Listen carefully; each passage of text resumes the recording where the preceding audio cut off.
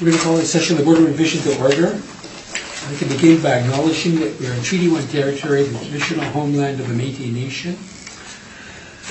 With me is Laurie Davidson farthest to my left, Gisela Repo is right to my left, and my name is Harvey Diamond. Our assessor today is Candace Wright, and our secretary is Kelsey Harrison. We'll be hearing applications for revision of the assessment rules in accordance with the Municipal Assessment Act. The matters for which revision have been requested have been described in each application. Will limit discussion to those matters. The statements that applicants or the assessor make at this hearing must be sworn in testimony, and anybody speaking must be sworn in. Be advised that comparative assessments are not considered as evidence by our board and will not accept them as evidence. Our board is appointed annually by council as independent audit and the city administration. We make our decisions on the basis of the evidence that we hear, and we provide written orders that we mail to all parties as soon as possible. Please note that our decisions with respect to an application may be appealed to the Manitoba Municipal Board if the matter pertains to assessed value or classification, or to the Court of Queen's Bench if the matter pertains to an application for exemption from taxation, and should a party wish to appeal, the matter and how to do so will be included with our order. With respect to the hearing process, I will confirm the matters to be addressed with each applicant following their swearing in. We'll have the assessor's testimony followed by any questions the applicant may have. Then the applicant may provide their evidence followed by questioning. And each party will be given an opportunity to summarize if they wish to do so. Once all the evidence upon an application has been brought forward, the applicant may leave. The person will repeat for every matter on the docket today. And after all the matters are heard, we will close our hearing, we'll deliver it in private, and we'll render our decisions, which will be which will be received by you by instant mail as soon as possible. The information today is being recorded, it's live streamed, and it's going to form part of a public record. Thank you. We can swear in the first party, which would be item number 3, which is file number 19350. And we don't have an address, so I can only give you a roll number, RA 0306490700. That party can come forward. Do you swear in or affirm to tell? Could you please state your name? Candace, right? And do you affirm to tell the truth, the whole truth, and nothing but the truth? Yes. Thank you. Would you like to swear in or affirm without? Could you please state your name? And do you swear to tell the truth, the whole truth, and nothing but the truth, so help you God? Yes, I do swear. Thank you. And do you have any evidence for me? Yes. I didn't make copies, I just made one copy. Okay. It will be up to the chair if you will take it, because you are required to have 5 copies. Okay, I was going to have the number of copies. It's in the printout here that we gave you. Okay, well, we'll look it over, and if it's not too difficult, we'll try to share it between us, and the assessor as well. Thank you.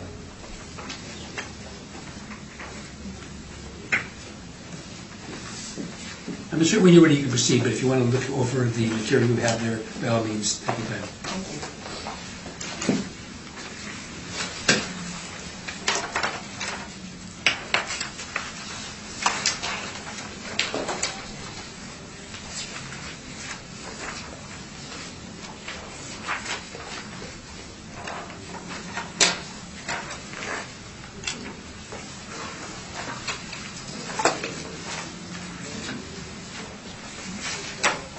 Okay, let's start now.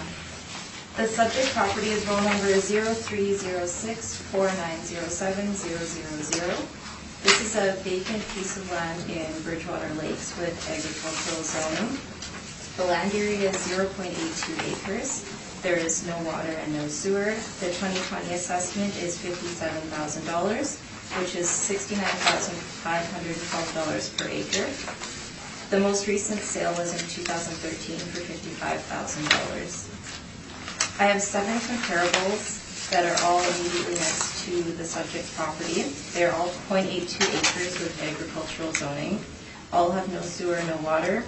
The sales range from 2014 to 2016, and the sale prices range from $44,000 to $68,884, which is $53,755 to $84,243 per acre. So based on these comparables, I feel that the 2020 assessment of $57,000 for this property is accurate. Thank you. If you have any questions of the assessor, you can ask them now. That's not the evidence that you're going to be providing us. You can do that in a minute. But right now, if you have any questions, you can ask them. Oh, yeah, I have a question regarding the previous assessments and why we decided to change for 2020. We look at land sales that are occurring. So the 2020 assessment is based on the market value as of April 1st, 2018. So we review sales such as these comparable properties that I've provided to calculate the new assessment. So the 2014, the 2018, and 2019, which are included there, what were they based on?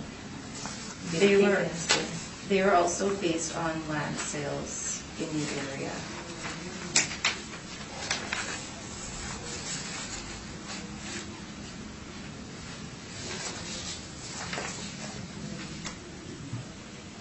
Any other questions? Those are the questions I have. Okay. Ms. Stevenson, do you have any questions to the assessor? Yes, just a couple. Is this land under production? Not that I'm aware of. So it's literally vacant? Yes. So then this assessment is resulted because of the influence of urban development? But it's not under farm use, right? It's just vacant. No, and as far as I know, it doesn't, I don't think any of the comparables are either. It's a strip of land between Bridgewater Lakes and Winnipeg. Okay. It was currently developed. And what was the average increase in farm values for this area, this assessment?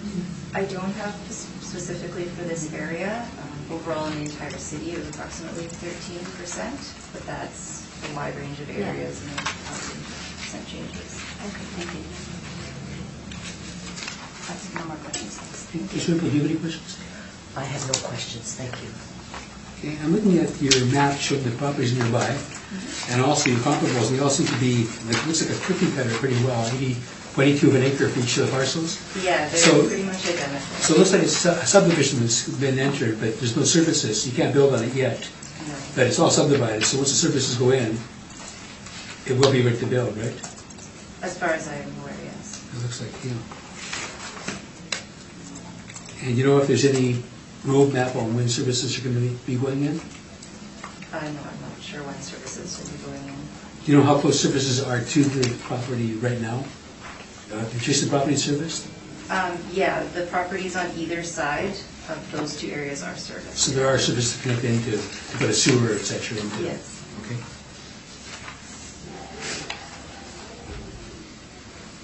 Okay, you have a lot of sales, I see, and they're helpful. Thank you very much, is my question. Okay, you can provide your position now? Yeah, so thank you for this scheduling the hearing. What I've included is the copy of title showing registration on September 17, 2013, and the sold value of $55,000 at that time. I've included that title, and the other copy that I'm providing is the assessed value for 2014, because I bought this in 2013, which was supposed to be $75,600 at that time. And then I've been paying property taxes on this farm property. I just included for 2018 and 2019, and the assessed value for those past 2 years was $91,000.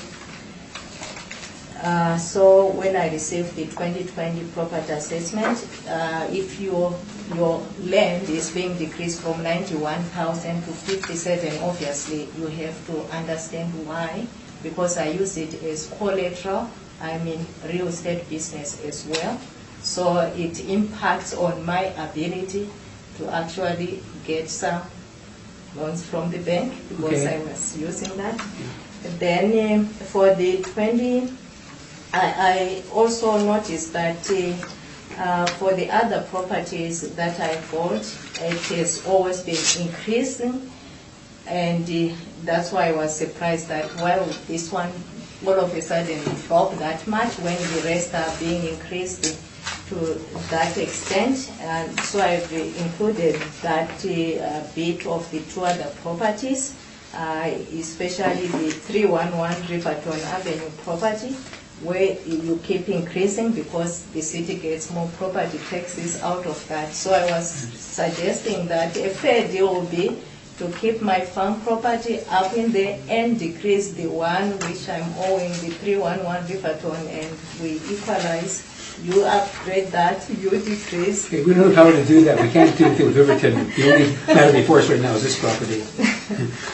Okay, so in summary, I'm asking that the value of the farm property be revised to reflect the upward trend that it has been on, and not to disadvantage me in terms of using it as my collateral as well. I can't refer, as you said, to the 311 Riverton, but yeah, we have been increasing all those other properties. Okay. Any questions? Sir? Do you have any sales or market evidence in the area related to these properties? For the 311 and my own house, yeah, I didn't compare it, but I've been looking and seeing what my neighbors are selling for. For this property, the one under appeal? This one? Yeah. Well, I'm looking at the surrounding, like Bridgewater Forest and the White Ridge. All those properties have gone up in value, so that land, there is no way it can be decreasing when it's surrounded by at least 500,000 properties and upwards. I know the value of those properties, I always look, but I didn't think I needed to compile that. Thank you. Thank you. Any questions, Ms. Lee? Just a clarification, because I just looked at your information quickly. What was the last year's assessed value of this land? It was 91,000. The agricultural land was Yeah, 91,000? it was 91,000, yeah. And it's gone down to To 57? 57, yeah. Is that the trend in this area, of the comparables as well? In this case, it's a unique group of properties because it's basically a strip of land between two developments. So we, for the 2020 assessment, we looked specifically at sales of these properties in particular to calculate our assessments. So was it not divided the prior assessment year? It was divided. Because I'm just trying to get a sense of why it went down 40,000. I really can't comment on previous assessments. For this assessment, it would have been based on the sales that I've provided today.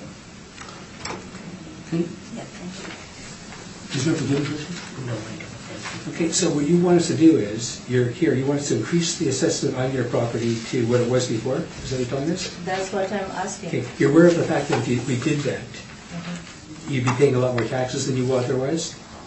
I want you to be aware of that first of all. And secondly, are you aware also of the fact that this valuation is only the value as of April 1st of 2018? We're almost soon to be 2020, right? So if it was worth that in 2018, it doesn't mean that it's worth that now. It only means it was worth it then. And it's in accordance with other sales. A property is similar to your property that sold then. So the city has done this. They've looked at properties that we're selling adjacent to your property. They're very, very close by in proximity and the same size and everything. And that's in fact what they're selling for. So they're saying based on the sales, you overassessed before, and we feel it's unfair to charge you more taxes when the properties are selling for, in fact, what they were selling for. So they give you a lower assessment only on that basis. It doesn't mean your property wouldn't sell for more today than it would have in April 2018. So you're aware of that? Do you understand what I'm saying? I understand. Okay, and you still want us to increase your assessment? Yes, I want it to be increased.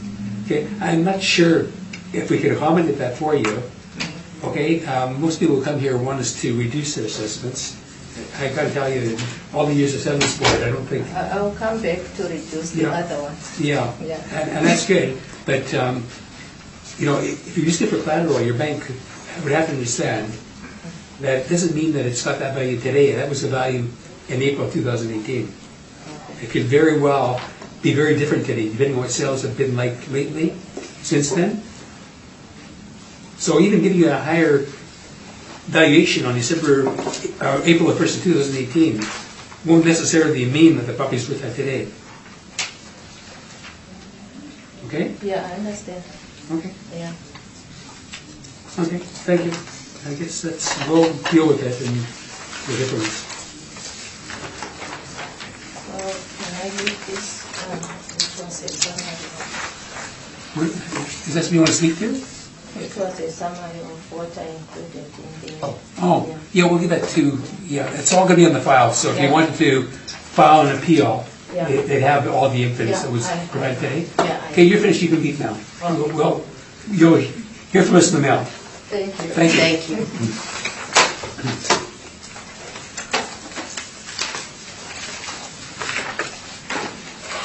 Okay.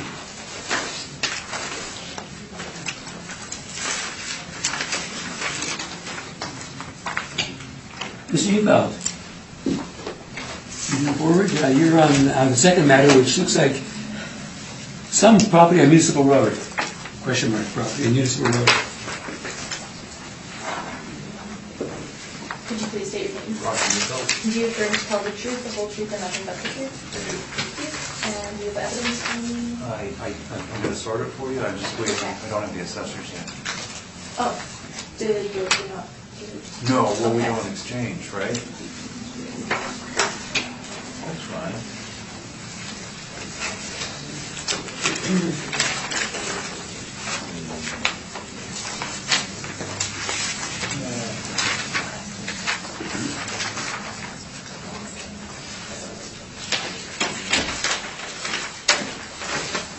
Do you want me to sort it for you while you? she's still on? Sure. Thanks. Thank you.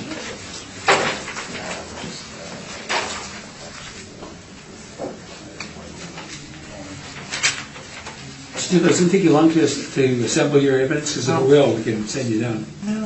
Okay. It's fine. I'm very skilled at this sort of thing. We're used to your skill. Oh, it is.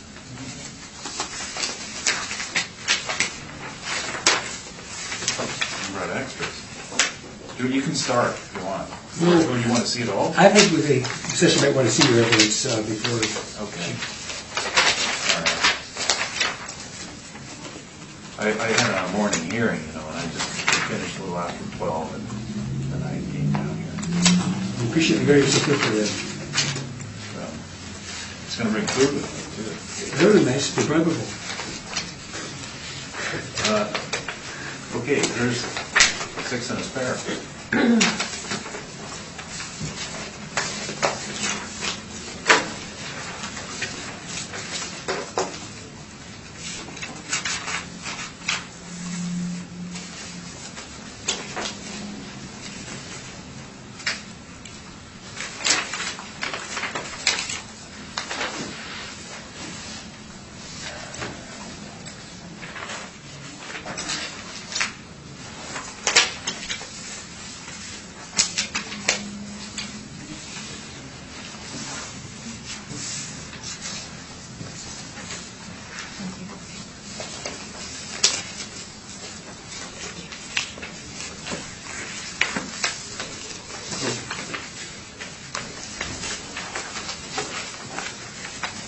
Okay, Ms. Wright, whenever you're ready, you can proceed, and take as much time if you want to review Mr. Newfeld's evidence before you begin, if you wish to. Thank you.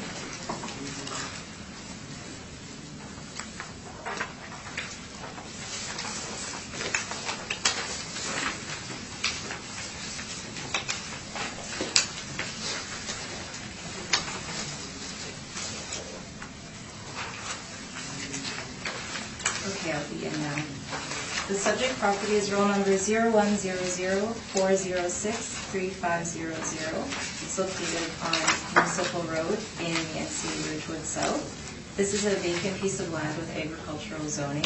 It is 5.57 acres, and there is no sewer and no water. The 2020 assessment is $160,000, which works out to $28,716 per acre. I have 5 comparable properties here. Comparables 1 and 2 are located in Ridgewood South. Comparables 3 to 5 are located in Wilkes South. All are vacant land with agricultural zoning. The size ranges from 4.02 to 9.20 acres. All comparable properties have no water and no sewer. Comparable number 1 has light traffic, and comparable number 2 is landlocked. The sale price of these properties range from $100,000 to $450,000, which works out to $24,876 to $48,970 per acre. Based on these comparable properties, I feel that the 2020 assessment of $160,000 is accurate. Thank you. Any questions, Mr. Roberts? Yes, have you inspected?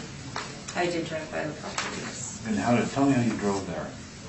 I drove down Municipal Road And how far? just past, it's past, I believe it's Ranick.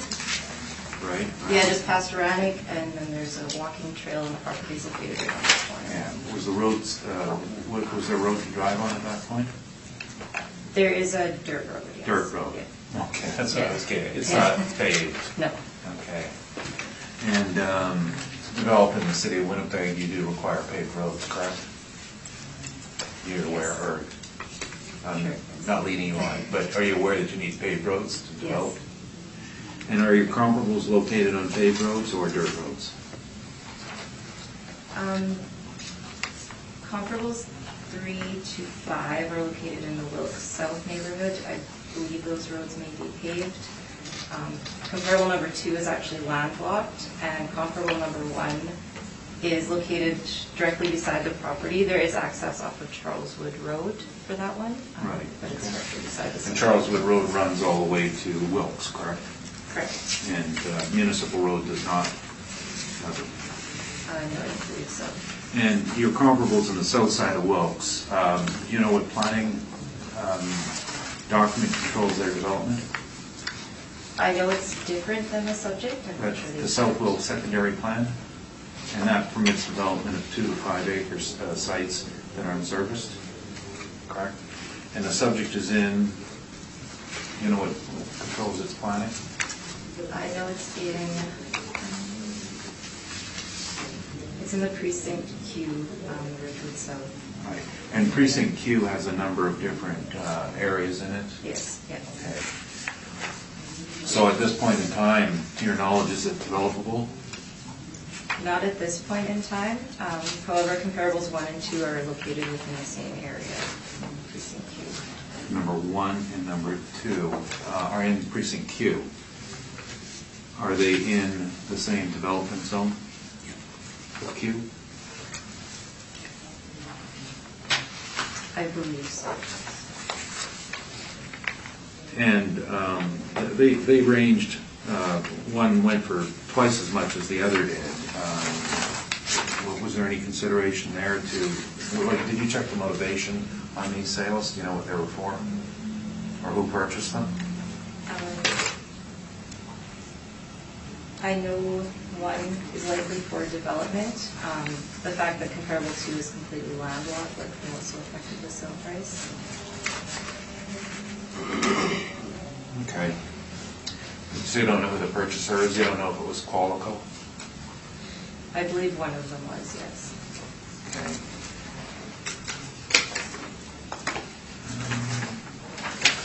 Those are my questions. Thank you. Ms. Hiddens, do you have any questions of the assessor? I have no questions at this time, thank you. Ms. Rebel, do you have any questions? No, I have no questions, thank you. So I noticed that your comparable number 1 is a property right next to it. It's adjacent, so likely these 2 properties would be developed together if the same person could acquire both of them. It's possible, yes. Or in consultation with each other. Sorry, is that an assumption you're making? I'm saying it's a possibility. I'm not assuming anything. Oh, okay, because it's not the case. Well, and you'll absolutely provide your evidence to us. I just want to be Excuse me, careful here. when it's time for you to provide your evidence, so then I can ask you questions. But right now I'm asking the assessor, okay? You asked her for an assumption that you had. Well, I was assuming I asked her if she thought it was possible. So the assumption I have is a possibility. I think it is a possibility, Mr. Ufo. Look at them. They're adjacent to each other. Well, no, you can't say it's a possibility. I can. You're leading, right? You can No, lead. well, anyway. Don't worry, it's all good fun here, aren't we? I know. And the other parcel that we're talking about, which you have almost the same assessment on, is completely landlocked and it's smaller. It's in the same vicinity. Comparable number 2, yes, it is landlocked. And you know what the adjacent properties on there are? And who the owners are? The adjacent properties to comparable number 2? Comparable to, yes. I'm not aware of who owns the adjacent properties. Are they developed, or are they also, from the map here, they're also vacant properties at this point? There's no plan of subdivision registered there. Doesn't look like, Nothing. from what I see here. And again, across the street, you can see there is a plan registered Yes. to the left. Yeah, further west is the Ridgewood South development. Yes. Now, I'm aware of the fact that there is a lot of property in this area that is on a subdivision with cookie cutter lots that's been there like for probably 50 years. That there's no services in. Do you know where that property is compared to the subject property? I know it's on Ridgewood somewhere. But I don't know on the map where that would be. Do you know?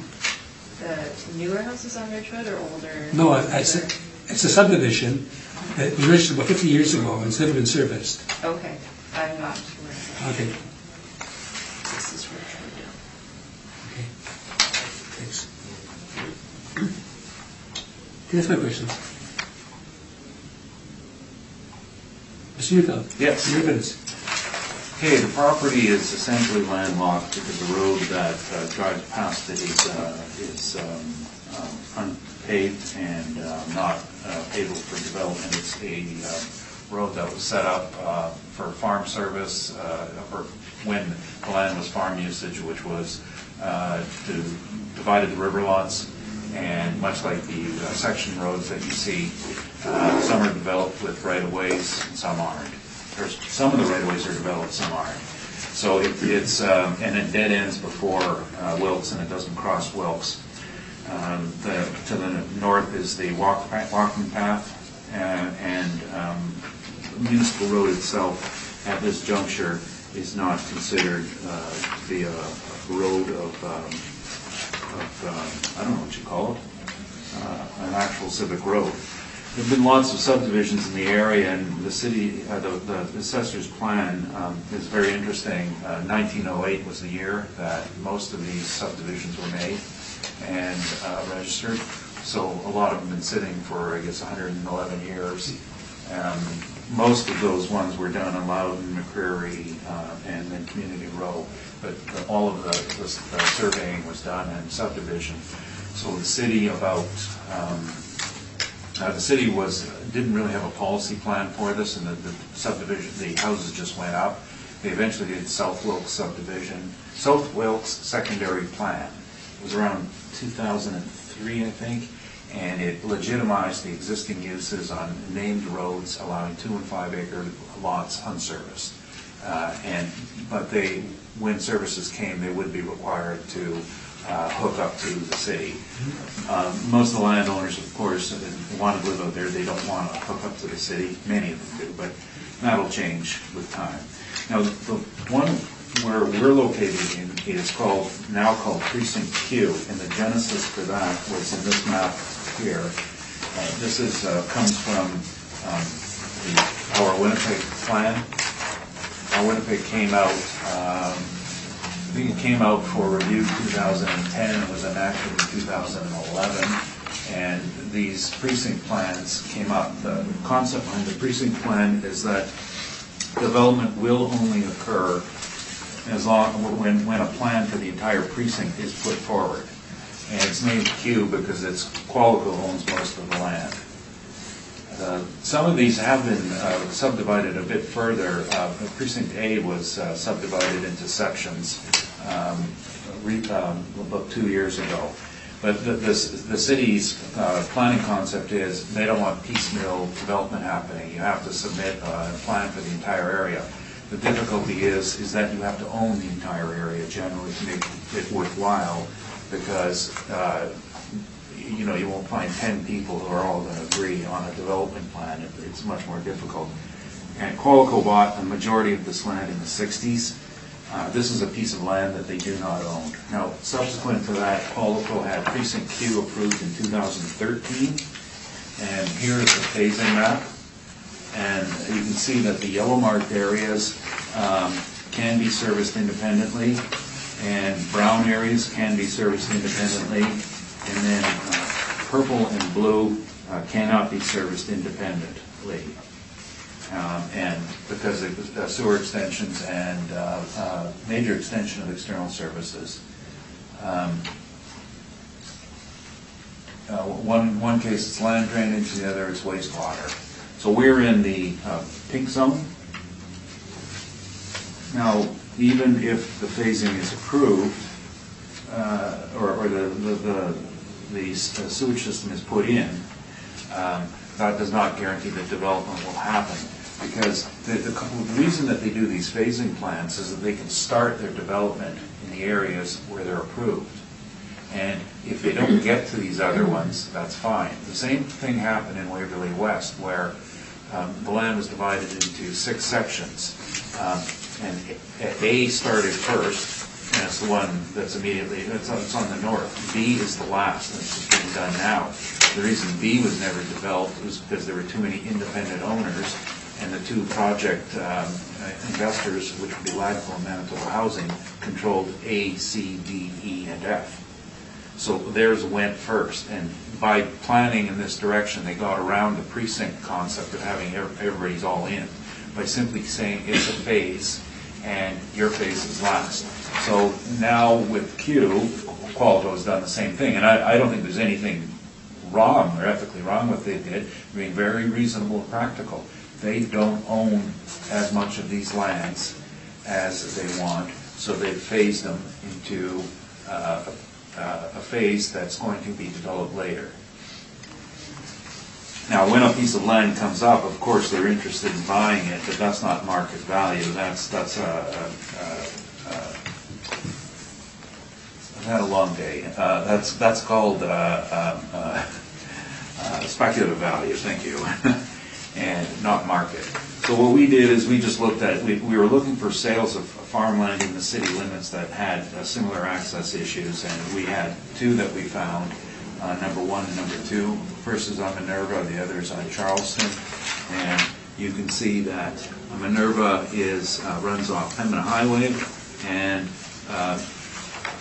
Charleston, it's not really Charleston, it runs off Charleswood Road, which is nearby, and you can see that it's landlocked. And the concept of landlocked is not just the physical issue, it's the legal issue. If you don't have a road, even if it's a right-of-way, you're still landlocked. And no one is going to make that road by themselves. The city isn't going to make the road. It has to be Precinct Q people who do the road. And not only are they going to have to do the road in their section, they're going to have to do it into the other part of the section. So the developer's responsible for all of this. But now because they're phased, they can go on, carry on with their development, and do as they see fit. And you'll notice that in the phasing in the purple or pink, whatever it is, that they've actually differentiated between 2 and 3 in the zoning. You notice that? So they have approved number 2 and number 3, even though both require services, can be phased separately. So one of the sales the assessor brought forward is in that 2 section, so it would have a different timing on it than the other. And the one next door, by itself, now you realize that because the one adjacent to the subject being in number 3, you were correct. It will never be developed independently, all of 3. It'll be all or nothing for 3. And so our issue is just until something gets approved by council, not council, this time it'll be planning department, and developed, the value is still farmland. So the 12,000 an acre is what we're looking at, which is also close to what they paid for it. That's my presentation. Thank you. Any questions of the applicant? So you would consider this property to be landlocked? It's landlocked by, legally landlocked, yes. it doesn't have legal access, you can't get an approach on it. If you want an approach on it, like, you know, to develop it, you gotta have an approach, and to get an approach, you need a paved road. You get a paved road, you've gotta back up municipal all the way, and not just back up municipal all the way. Because municipal doesn't connect with Wilkes, then you'll also have to do a turnaround there for service vehicles, and you need to do a 45-foot turnaround circle. Thank you. That's your That's all question? my questions, yeah. Okay. Ms. David, do you have any questions of the applicant? I have no questions, thank you. Ms. Ripple, do you have any questions?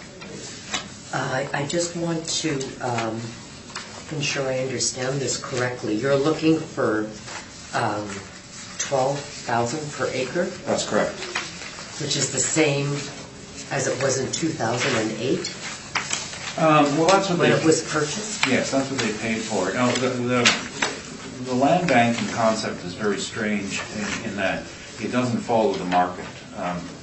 When most, like, I've been active in this work since about '96, and there's almost these benchmark numbers of development land inside the city of Winnipeg that you just buy, and this is the set price. So when I started in the late '90s, 2 years after, the number was always 5,000 an acre, and then it crept forward to 8,000 an acre, and then 12. But the point is, that's as far as it's going to go until you get your development approved. Now, once you know your precinct plan is going to be met, and satisfied, and approved, the land jumps to 50,000 an acre, generally. Once you get all of your financials in order and your phasing, your planning worked out, you can see values go to maybe 100,000, and then you're going to spend 250,000 on servicing, and then you're going to sell, and your yield's going to be 500,000 an acre. It's almost an automatic for these numbers. And it hasn't really changed much in the time, because we're always dealing with the roadblock of planning. Now, planning, what happened in the meantime is, up until a few years ago, until our Winnipeg came out, when somebody wanted to go ahead and do something like this, the obstacles in planning were a lot less. So I had a lot of clients who would do pocket development, and they would find a lot, might be 150 acres or something like that, and they would go and design it themselves, get it approved, and it could be anywhere. I had one client who just found a bunch of lots on Inkster and just developed and got approval. So when first it was Plan 2020 started this, and then our Winnipeg came along and formalized it. Everything went to a precinct plan concept. So it stopped all these infill, or these pocket developments. Now it has to go big or do nothing. Can you tell me what the difference is between the gravel road that you have described and Fairmont Street? Well, From Wilkes to Ridgewood? right. But a lot of the roads in Charleswood are gravel roads, and then they have ditches. And what the city maintains them, the gravel roads, by servicing them probably once or twice a year, laying down some gravel, and they have the ditches open for drainage, which most of Charleswood still has ditches. The difference on municipal road is it's just a dirt path. The land drainage isn't defined on the side, and they don't go to great efforts to keep it surfaced or maintained. When I went down there, and last time I was there was 2 years ago, you just have to make sure you got there in good weather. It's not a designated service road.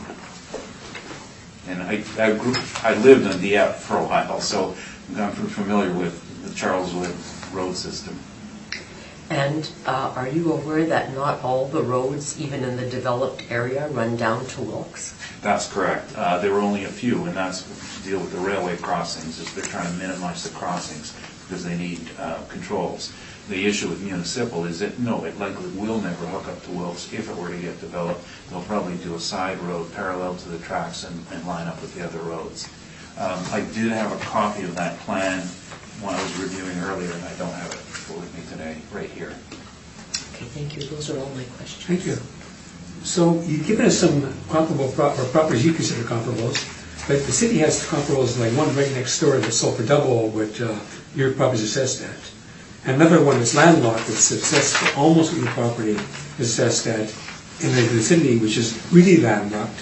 And I hate to disagree with you, Mr. Neufeld, but when you have a road allowance, then there's a road allowance here that has to be finished, no question. This property is not landlocked legally. A landlocked property legally is one where you need an easement over somebody else's property to get to that property. And there's a road allowance here No. that will, excuse me, they'll be finished someday. Well, you're talking, I'm looking for Okay, the answer my question now. Don't argue with me, just answer my question. It's so much fun. Okay. It is legally locked because you say it's a road, it's a right-of-way that's It's a right-of-way. established, but you're not getting an approach on it.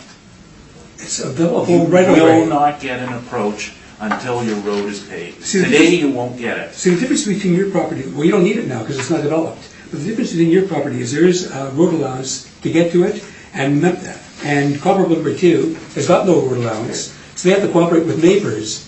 There's no house or anything on our site. No, I agree. So if you thought that you'd like to put something on there, then you have to get access. You won't get access approved, because not even in industrial you get approval without paved roads anymore in the city of Winnipeg. And there's some RMs that allow it, but not the city of Winnipeg. So someone's going to have to do the whole road. Sure, so part of the development scheme will be that you have to put So roads in. spend a few $1 million then to bring in the road and do it all. No one's going to do it until that portion of precinct Q gets developed. And that's all part of their plan. And on top of it, they're likely going to close that road and reconfigure it. Okay, and you know what, you might be very well right. So then tell me then why the city's comparables and ADUs that are right in the vicinity are not as good as yours. Because the city comparables, I'm not disputing that they exist. First of all, the one at 24,000 is in phase 2, not 3. So it's going to happen at a different point in time. You read what it says there, you're going to get services from the adjacent phase. They're right there. And if you see the current plan, you can see that they've actually, I was just looking at this today, 2 days ago, one went before council to get the approval in that too. I believe it was in phase 2. So phase 3 is going to be set apart. So if a piece of land became available, it was going to be purchased on a speculative basis. It's not market value, it's speculative value. We're supposed to assess on market value.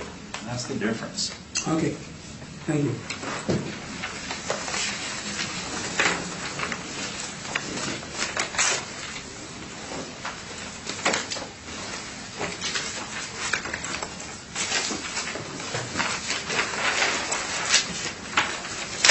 Okay, so we're next to item 4. Do you need these? Because I got about 6 copies of them in my package. Oh, no, No? 36 extra. Do you want me to? Okay, Pass them out, maybe it would be of interest. thank you. Thanks. Thank you, Mr. Always a pleasure.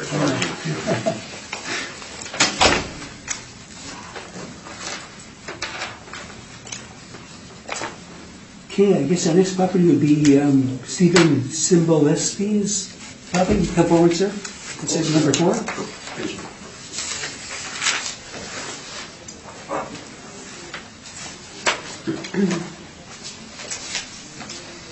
Here's what you want, I think. Well, maybe I need to do this first. Go ahead. Do you swear in or affirm without? I swear in. Swear in? Could you please state your name? My name is Stephen Leo Cymbalski. And do you swear to tell the truth, the whole truth, and nothing but the truth, so help you God? I do. Thank you. And evidence now. There are 6 copies here. I kept one for myself, though. Okay. I think that 6 copies is sufficient to me.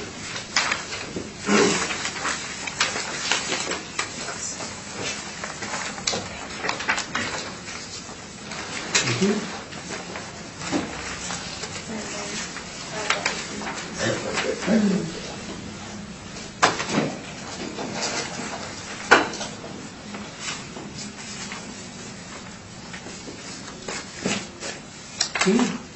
Yes, sir. Who am I dealing with? No, you do it. Mr. Chairman? So right now, with the assessor go forward with his evidence, then you can ask questions of him, and then you can provide your evidence after, if that's okay? So let the assessor go After forward. he's finished, or Yes. she's finished, you pull it to he. When you're ready. We got a new one. I didn't know if I wanted to swear me in or... Oh, you have been sworn in, that's Yes. right. That's a good point. I was just testing. Would you like to swear in or affirm? Fun and getting swearing.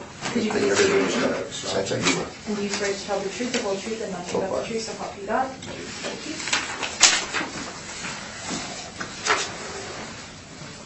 Sorry to interrupt. No, thank you for interrupting. Okay, on the application form, there was both numbers were there, the farm use value and the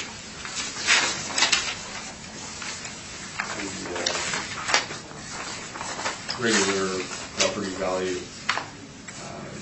I wasn't sure if it was, both of these were under appeal. We asked for clarification from the applicant, if you want me to. Yes. Yeah. So what the assessor is saying is that you have two assessments, one for your house you live in, the other for the excess agricultural land? There's no such thing. No? It's bare land. It's farmland. Yeah, we have this vacant agriculture. Oh, it's vacant agriculture? Yeah. All of it?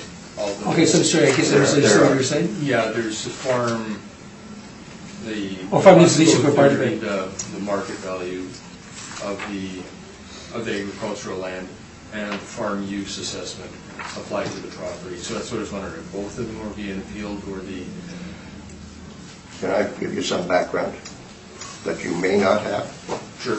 I have 60 years of background on this land. Okay, we'll hear it, go ahead. Actually more, almost 80 years of background. I was born there. Anyhow, never mind. The land is the 20.8 acres that I'm appealing, okay, is on one roll number, I believe. Yes, one roll number, but two titles. The city managed to merge the two titles onto one roll number. If you understand what I'm saying. So Okay. there's 1.1 acres on one Okay. of the pieces of land, and the rest is on the other title. Okay. Okay, so I'm appealing them both because they're on one roll number, and to me, it's all one piece of property. Okay. We're aware that there is the two lots, there is a divider. It's the two separate pieces of property. They are under one roll number. Right. Separate titles, but we assess the whole property, like both pieces together. Right. There isn't the breakdown of the class code 30 agricultural value versus class code 31, the farm use. Those numbers are different. One doesn't apply to the lot to the west, whereas the other number applies to the east. It's the class code 31 right now is applicable to the whole strip, even though it's not contiguous. There is a divider. The assessments that exist apply to that entire property. So all 20.83 acres. Yes. Yeah, we don't have it divided. It's one roll number for both of the sections. Okay. So how would they make an application for part of it then if it's all in one roll and there's no natural separation of the example, how the system was arrested? okay, that's what I was wondering if the market value for that land is being appealed or the farm use assessment. Class code 30 or class code 31, which is farm use. Do you have a breakdown? Yeah, it's on the Okay, I see. on the assessment notice that came out. It would have been for the farm use value 83,000, whereas the assessed value for the entire property is 240,000. If the property wasn't being cropped, I assume it is, we would leave the assessment at the $240,000. But according to our records, it is being used for commercial purposes, for commercial agricultural purposes. So that's why we've applied the farm use assessment value, which is the 83,000. So that's what I'm curious of. Well, so hang on, so if it is farm use, it's 83,000, if it's not, it's 240,000. Correct. Okay. If it was in the open market, if it wasn't being used for Right. farming purposes. The market value would be 240,000. Correct. Based on sales. Since it is, as far as we know, I haven't been out inspecting Okay. lately, so I assure you, it's farmed. cropped. Okay. Okay, so are you happy with 83,000 as the total assessment, or are you? I'm not happy with either of those numbers. Well, no, it's the number though. If in fact you get a farm use assessment, it'll be 83,000. If you don't, it'll be 240. I mean, depending, certainly you can argue that your property's not worth 83,000 using the farm. There is a reason why I am not happy with both numbers. Okay. Because the assessment, I've been fighting the assessment department. You absolutely can provide your evidence. I think what the assessor wants to know is what he's got to defend. All right. Okay? But like I say, I am appealing both numbers. And it'll become clear to you once I read my... Absolutely, okay. package. Well, we'll do assessor go first, and hopefully if we have any questions, we'll ask them to you once we Well, know what questions to ask. I don't even know that yet. I hope so. Okay. Fair enough. Okay, for beginners, I'll supply sales comparisons for the agricultural land in itself, not the farm use, but the market value of that, this strip of land. I'm not sure which order the sales comparisons, I forget which order I put them in. For sales comparisons, you'll see at the bottom, 2020 assessment rule 240,000. Right. Okay, so that's the sales comparison that I'll go through first. Rule number 500637500, it's on Holmes Road. There's no civic address applied to the property. It's in the Old Kildonan neighborhood. Parcel use code vacant agricultural, and it's just under 21 acres. Zoned as agricultural. Due to the proximity to the perimeter, we have it influence heavy traffic, and there's of course no sewer water. The sales comparisons that have occurred, they're all in the same neighborhood in the Old Kildonan area, all vacant agricultural. The acreage varies. You see 20 up to approximately 42 acres. Zoning agricultural, and the influence is very similar. Heavy traffic, no sewer water. Sale dates, October 2015, and the most recent September 2017. 675,000, 1.2 million, 700, 902, and 1.1 million. Works out to, you'll see, from 60 to 77 cents a square foot or acre by the acre, 27 up to 33,000 per acre. So the 2020 assessment roll value, 240,000, works out to 11,522 per acre, or 26 cents a square foot. So that's the sales based on the market value that the property is put up for sale. As an investment property, for example, our estimate is it would sell for approximately 240,000.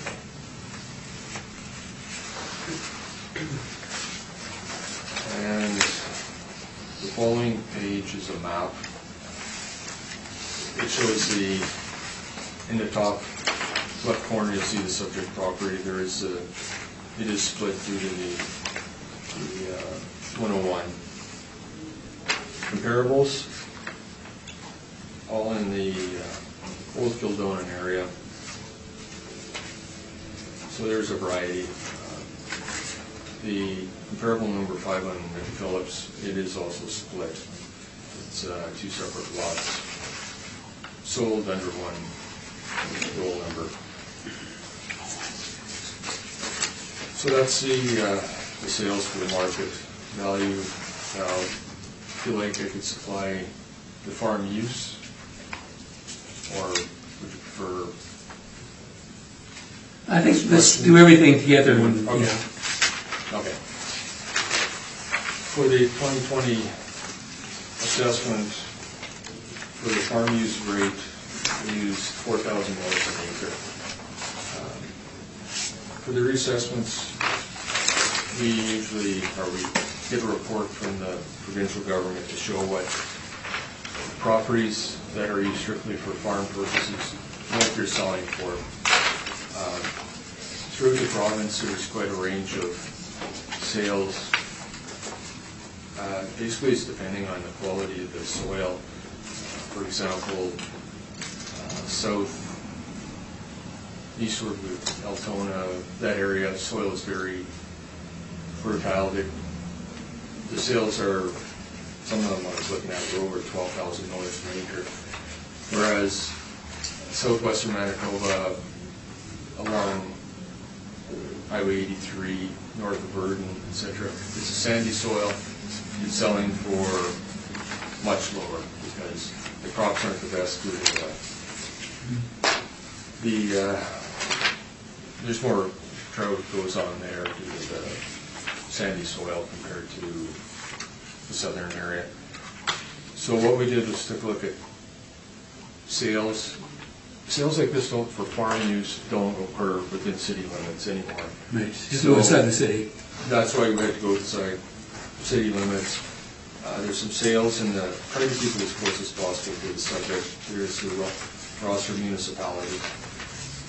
The last page, you'll see an outline of the capital region. You'll see Rosser is to the northwest of the city of Winnipeg itself, so we kept the sales within that area, close as possible. And since the subject properties at the top are the northwest corner of the city limits, it is relatively close to the Rosser municipality.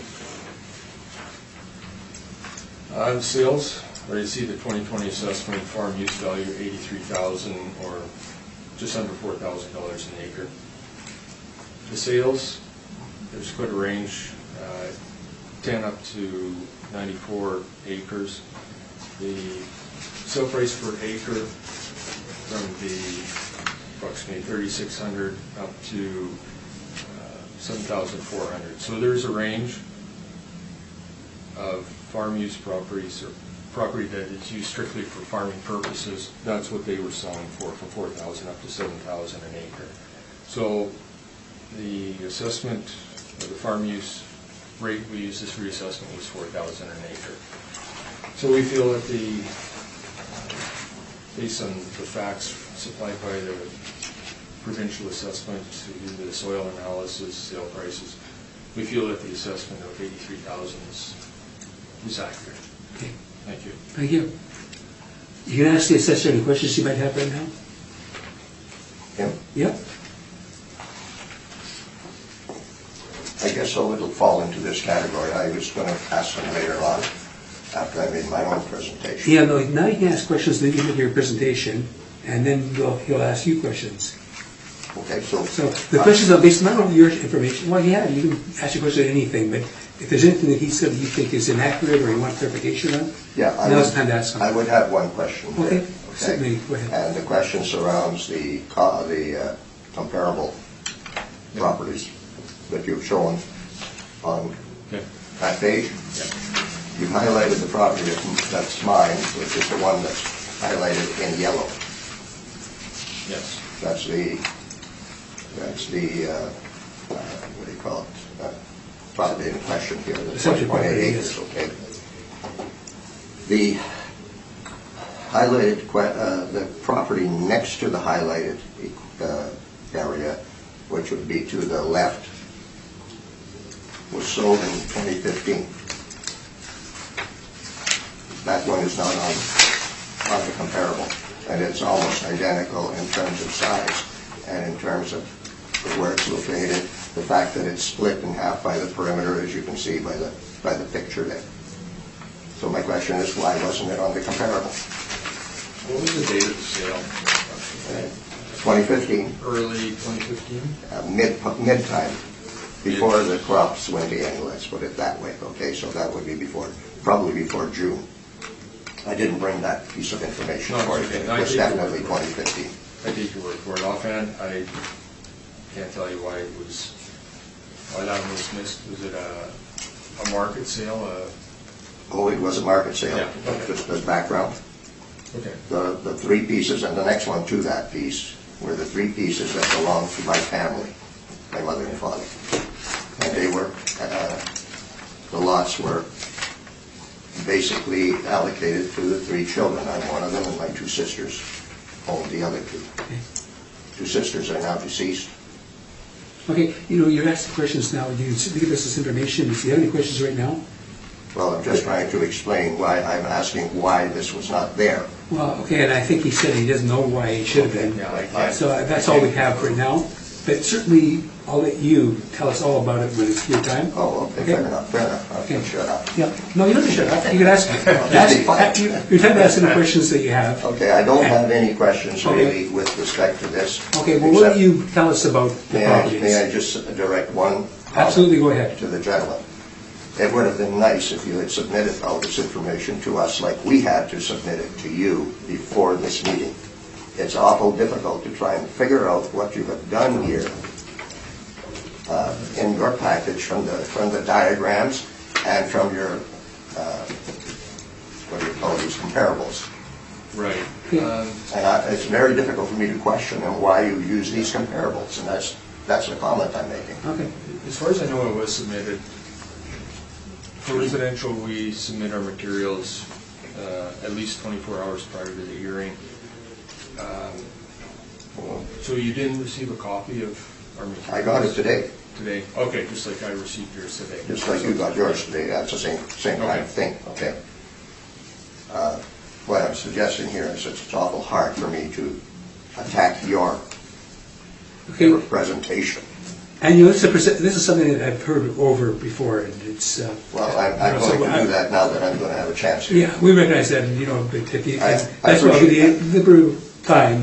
If you see anything in that material that you want to question, I'll give you an opportunity of asking it. Okay, at this point, I don't have any other. Okay, if you decide you have some, we'll let you ask them then, okay? Pardon I me? said, if you come up with a question, even after, I'll let you ask it. Okay, Okay. can I ask during my presentation?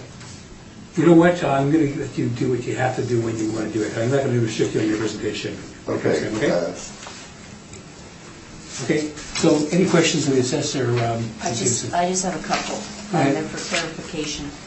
So we have the farm use value and we have the market value here. So people apply for the farm use value, the city is the one that approves it, right? Correct. Okay, so, sorry, oh, Yeah, generally, the application, I took a look, I couldn't find an application form. It was probably assumed many years ago that we applied to it, that it was in farm use, and that's Yeah, why it's been in place ever since. sure. So on both of these class codes, are they both 20.83 acres? Yes. Okay. And then the other question I have, just for my own edification, is the $4,000 per acre, in terms of your methodology. You're using that by taking all of the farm values provided by the provincial provincial assessment department all across the province to come up, or do you stratify it by, area or municipality like Rosser or We wherever? get a list from the province. It Right. doesn't include every No. farm property Right. that have sold, so we try and narrow it down as close as possible. In this area, or at least Rosser is pretty close to the subject, Right. so that's why we stuck to that. So when you came up with 4,000, is that based on sales in Rosser? No, it was based on, kind of did our own analysis, narrowed down as close as we could, throw out the outliers. Some farm use or agricultural property sold for extreme numbers, so ones like that are discarded, try and keep it as close as possible to ones that can be assured are being used strictly for farm use. So it's not exact. I wish we could do our own analysis, but this number of agricultural properties in city limits isn't. It's not many. And it makes sense what you're doing, in my view. So just one last quick question. So 4,000 wouldn't be used for farmland within the south end of the city? For this reassessment, we're using 4,000 for all the properties that are eligible for the farm use. Regardless of the soil conditions or the type of crops they can do? Right. Okay. So it's not exactly market value? It's It's the analysis that if we could do our own soil checks, it'd be nice if we could do it within city limits, but due to the amount of agricultural disappearing, it's not really in our highest priority. But so that's why we rely Sure. upon the provincial information office. All right, thank you, that helps me, thanks. Thank you. Ms. Ripple, do you have any questions of the assessor? I'm just wondering if this is the first year that the confusion about farm property versus farm use value has arisen with this particular subject property. Generally, If you're aware of that. there's been a lot of appeals for the Class Code 30 for the, I shouldn't say a lot, but for the market value, whereas when it comes to the Class Code 30 farm use, that doesn't come up very often. There's certain people that deal with that have brought it up in the past for the Class Code 30, or the 31 for the farm use. It doesn't occur very often because a lot of times it's doing a substantial, I guess property taxes affect some people's opinion on values, so that's why it's, the farm use numbers aren't questioned too often. And you say that there is no farm use permit that could be found for this particular property. Did I hear you correctly? If it was filed. An appeal application? No, does a permit not have to be filed if a property is used for farm use with the city? Oh, the application? A farm use permit, yeah. Yeah. We have our own,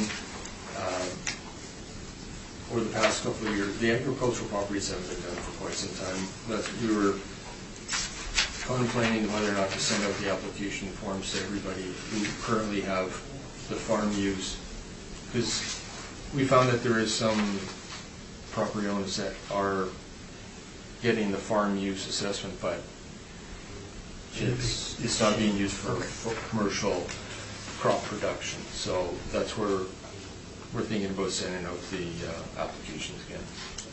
And did you say you were aware that this subject property was being farmed? I was going by aerial photos, the most recent aerial photos of the whole area. By the looks of it, it is being used, still being used for commercial crop production. I remember we spoke 10, 15 years ago, and it was... You and I? Yeah. It was used, same thing. What's your name? I didn't hear the name when you were introduced yourself. What is your name? Strachan. Who? Strachan, or Strawn, whichever way you want to... Oh, It last was name? many years ago. Yeah, well, I know, but I've been appealing these things for a long time, too. Yeah. That's why Yeah. I've got a history of that, too. Anyway, I'm sorry, go ahead. Yeah, there was a, we may, maybe after this, once we're done appeals, we'll probably discuss this and possibly send out the application forms again to see what the results are. Okay, thank you. So just for clarification, right now, this gentleman is getting the farm class assessment, and he's paying $93,000. If we were to confirm this, and not 100, or not, was it 140,000 or 240,000? Yeah, he's getting 83,000 assessment right now, correct? Yeah, And you want us to approve, we want us to do on both, and the city will determine what the entitlement is, but right now it is entitled to the farm class. correct, the Okay. 83,000 is the tax. In other words, quote 31 right now is. Yes. Okay. Thank you. You can provide your evidence now, sir. I can present mine? You can. Okay, thank you. All right, you've each got a copy of Okay, this. I just want to make sure you're aware, though, you know that you're paying taxes based on an assessment of $83,000 right now, Oh, I know that. because you have a designated farm class. Yeah, but I don't have a current assessment at 83,000, so that's why I'm Okay, appealing, okay? okay. And the method of getting to that is also in the process. I guess I'm saying, in effect, get back to the old ways. You used to do things 4 years ago, 5 years ago, 20 years ago, since farm use property was first. Okay, make your application, we'll deal with it. Okay, so quickly, I will give you some background. That's the Okay. first page. Okay, the purpose is because I have experienced significant increases in both the farm use value and the fair market value, which is what the gentleman across there calls current market value. Same thing. That's what he should be able to sell that land on an open market. Okay. I spoke to assessors and they volunteered that the $4,000 per acre is the universal cost, if you will, for all farmland in City of Winnipeg. At least the fair market value of that. Well, that's the assessed amount anyway. Yeah, that's the amount. Okay, and I did have some inquiries. One was, well, how did you get the 4,000? I didn't get a response for that this year, last year, or the year before, and each of these years I've been appealing that $4,000 figure. And this one also I'm doing. There's a reason for that too. Okay. Okay, and the responses that I got were vague. I had no indication of what the fair market value might have been when I talked to, I don't know who I talked to. It was a lady called, what did they say her name was? Candace? Candace, yes, I'm sorry, thank you. You read faster than I do. And she didn't have any information. Okay. Now, I go back to some of the history now when farm use certificates came into force. And they came into force in 1994. For obvious reasons, because they were all being assessed, or the land was being assessed at fair market value with no discount or allowance for the fact that it's farming.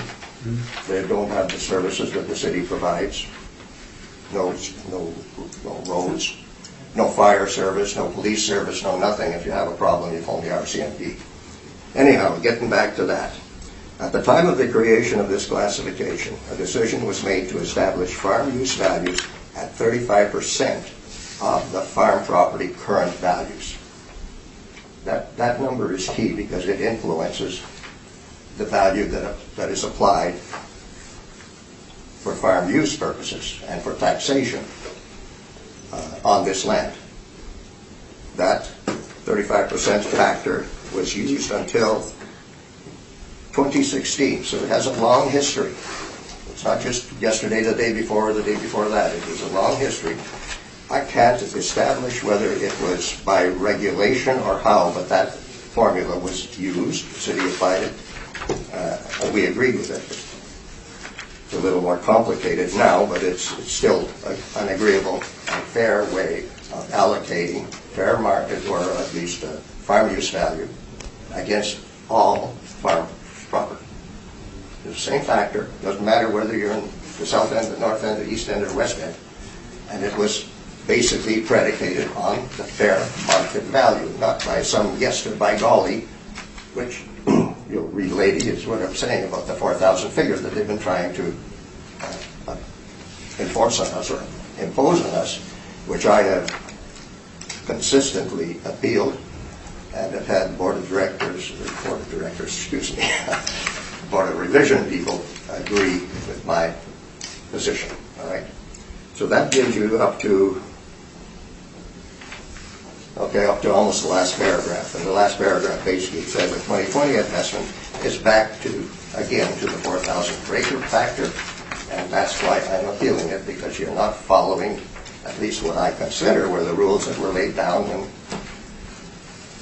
farm use category 31 was created. The gentleman across has indicated that they do not have any statistical knowledge of what pure farm use sales we're going at.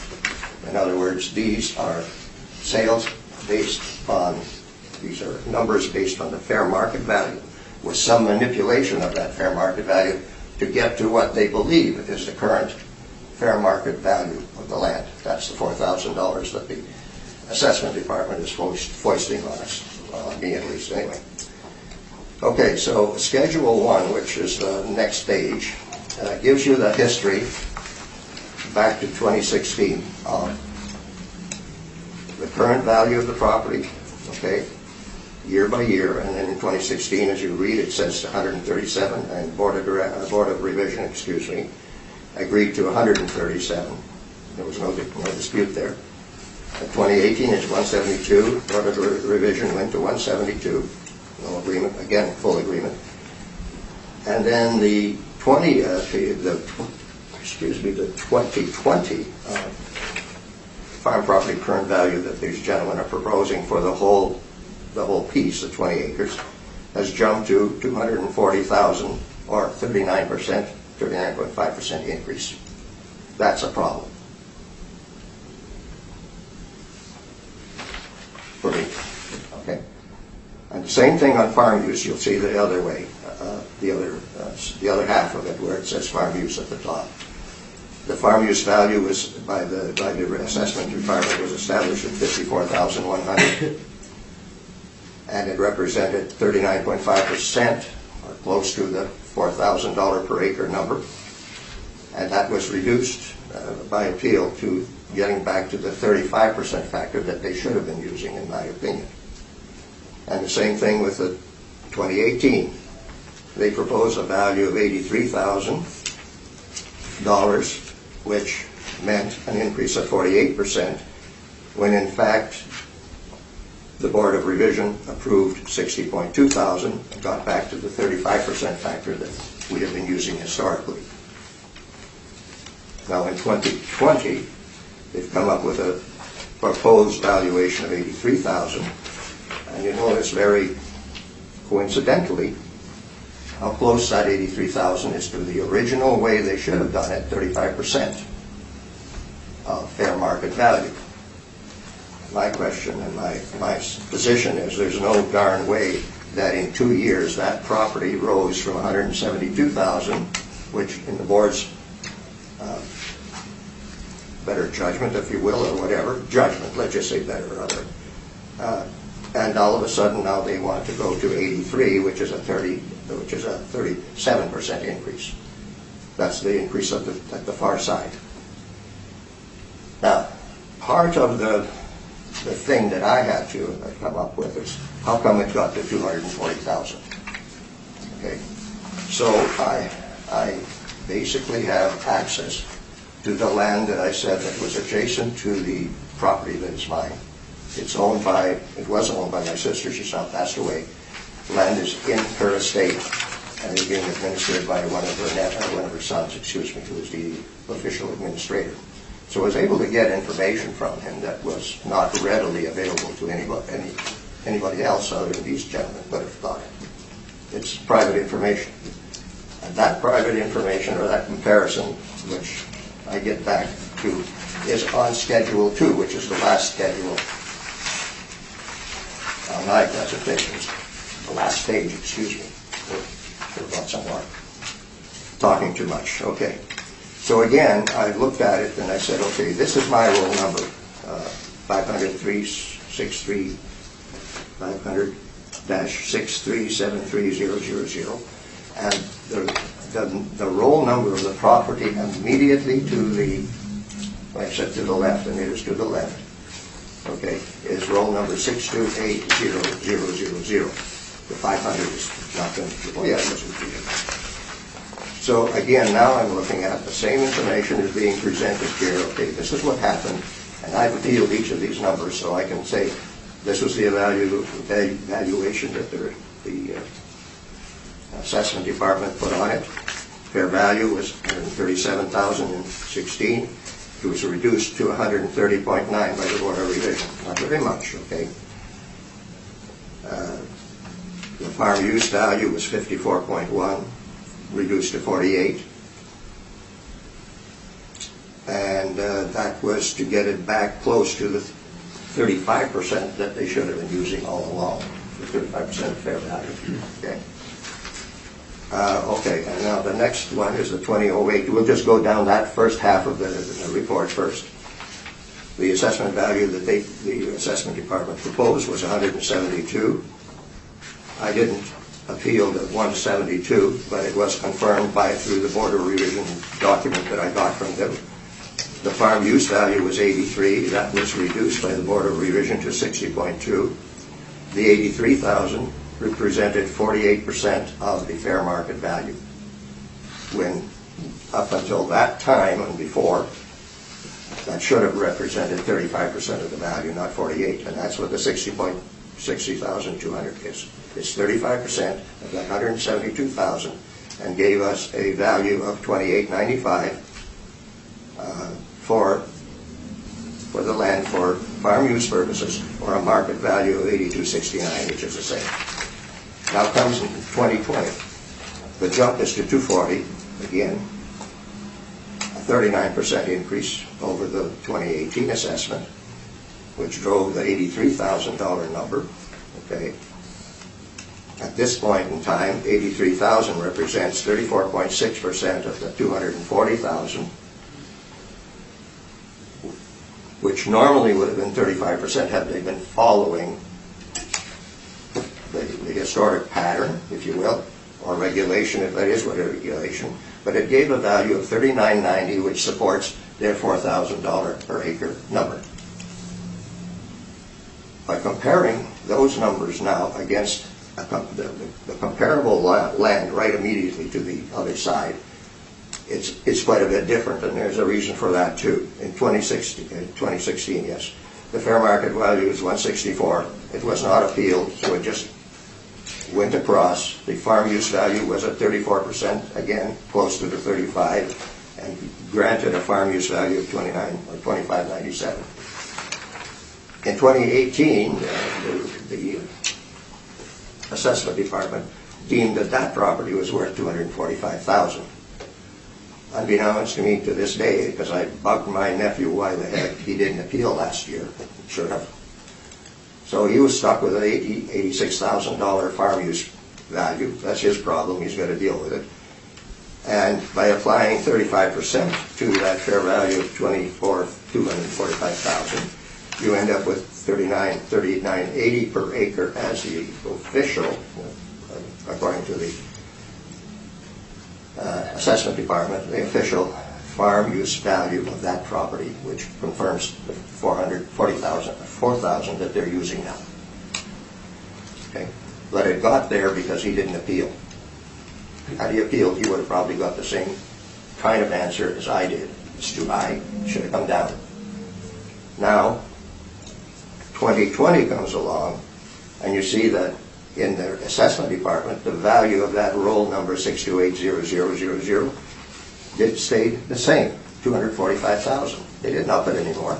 Yet, when you look at mine, from 172 to 240, they upped it by 39.5%.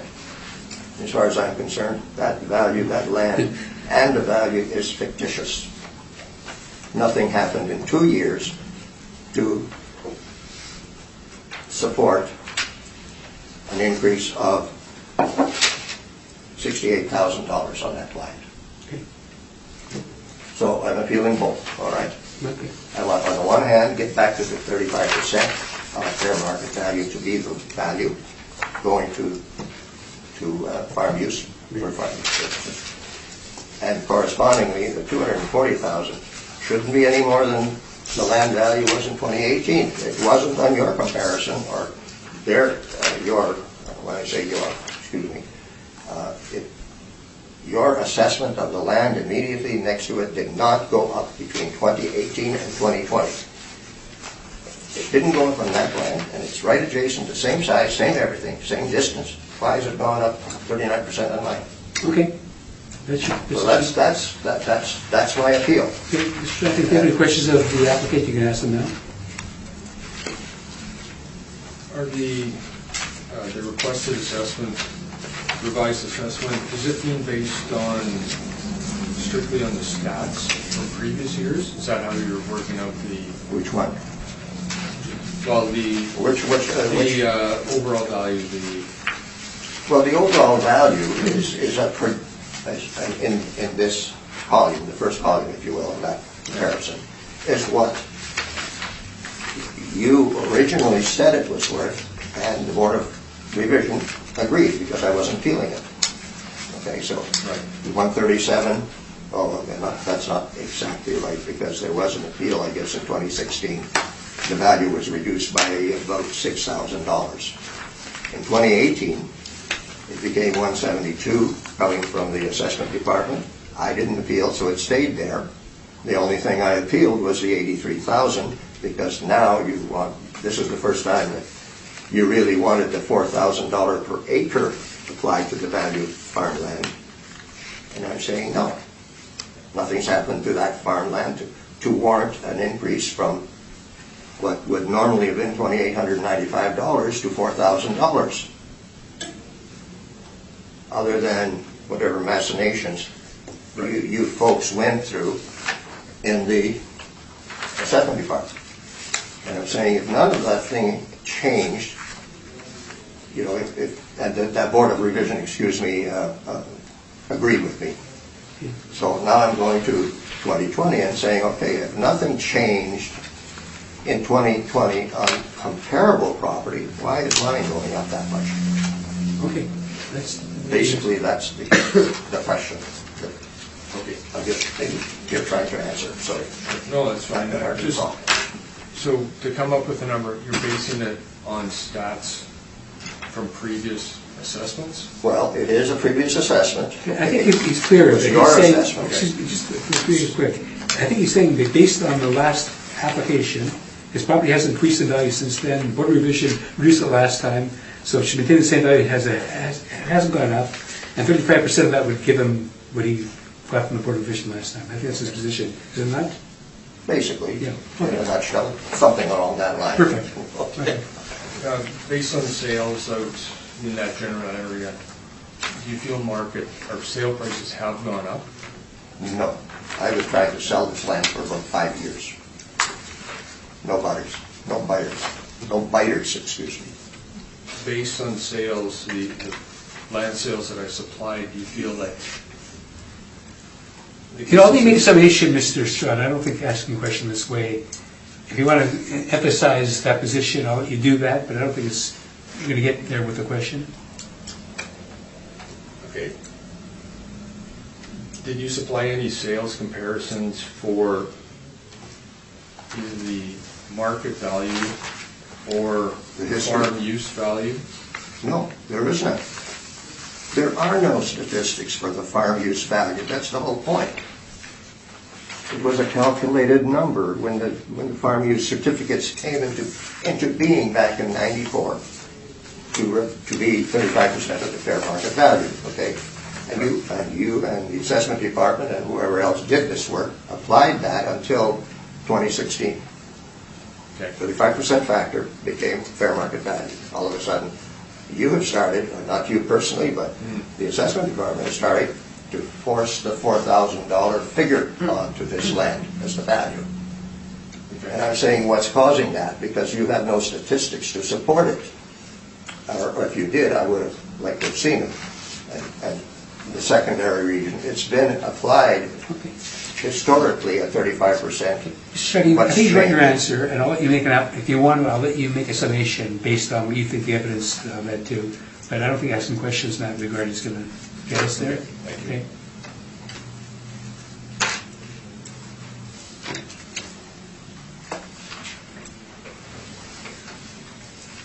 If you have any other questions, you can ask them. But other than that, anything No, else? I'll just, Okay. well, sales that have occurred, they're the way I explained before. I'll let you make a summation on that basis about sales. Okay? I was Yeah. going to ask, are you aware that there was sales of farm property other places within the province of Manitoba? I don't have access to that information. You do. I don't. Well, I guess I could if I made an issue of it, but I didn't. Right, All I know is, if I may answer a different way to you, there isn't a farmer in Canada, in Manitoba, excuse me, we're talking Manitoba, that will pay $4,000 an acre for farmland. Because it doesn't fit any profit model that they have ever tried to put together. And I'll tell you why, just briefly. $4,000 an acre, it's going to cost him probably 4% interest on that for a year, just to handle it. I'm not taking an exorbitant number, as you can see. It's probably what he would be normally paying on his line of credit or however he arranged his financing.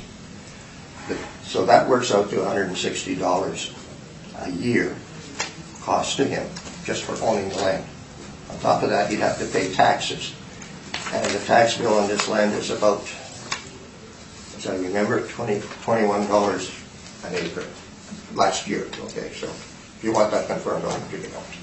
No, I take your word for it. So just those two elements have driven up $185 worth of cost to the farmer. He hasn't spent a single penny on input costs or recognized any other costs.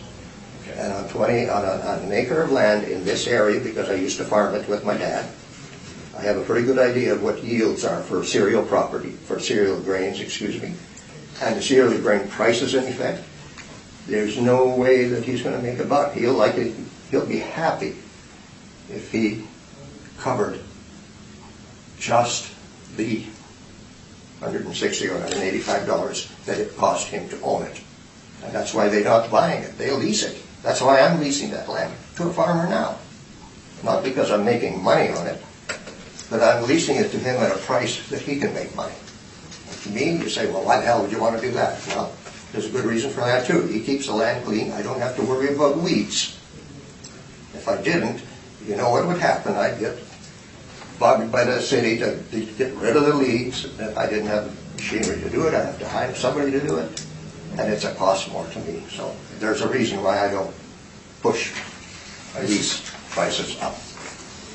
Do you feel that, I supplied 4 sales comparisons in the roster of municipality, do you feel these aren't accurate? I don't know where in Rosser these are, because this is basically the description, title description of the land. Yes. Yeah. From the map, it's hard to tell where they are. Right.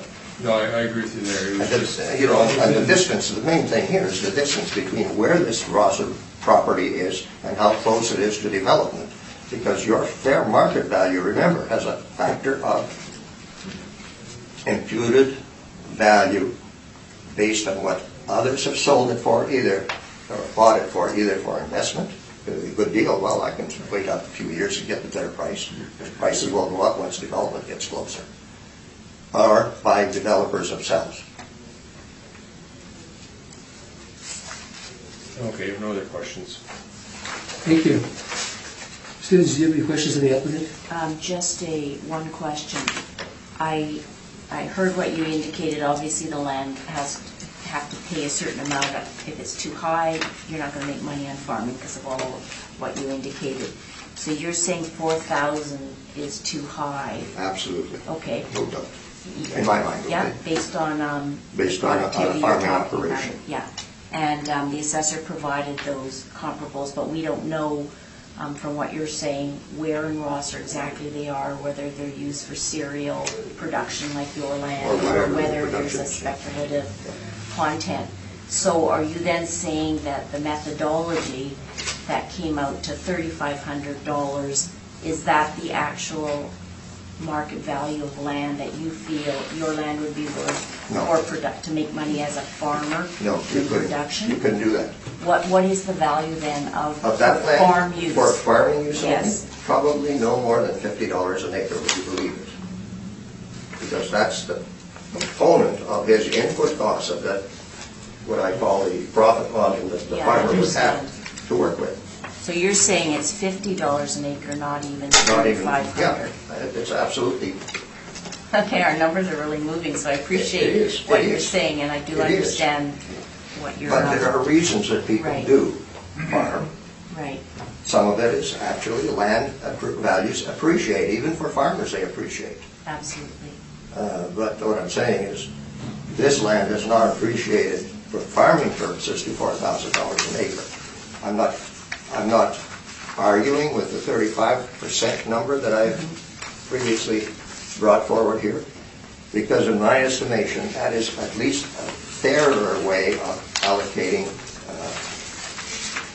farm use value, whether it's absolute at $3,800 or whatever it is.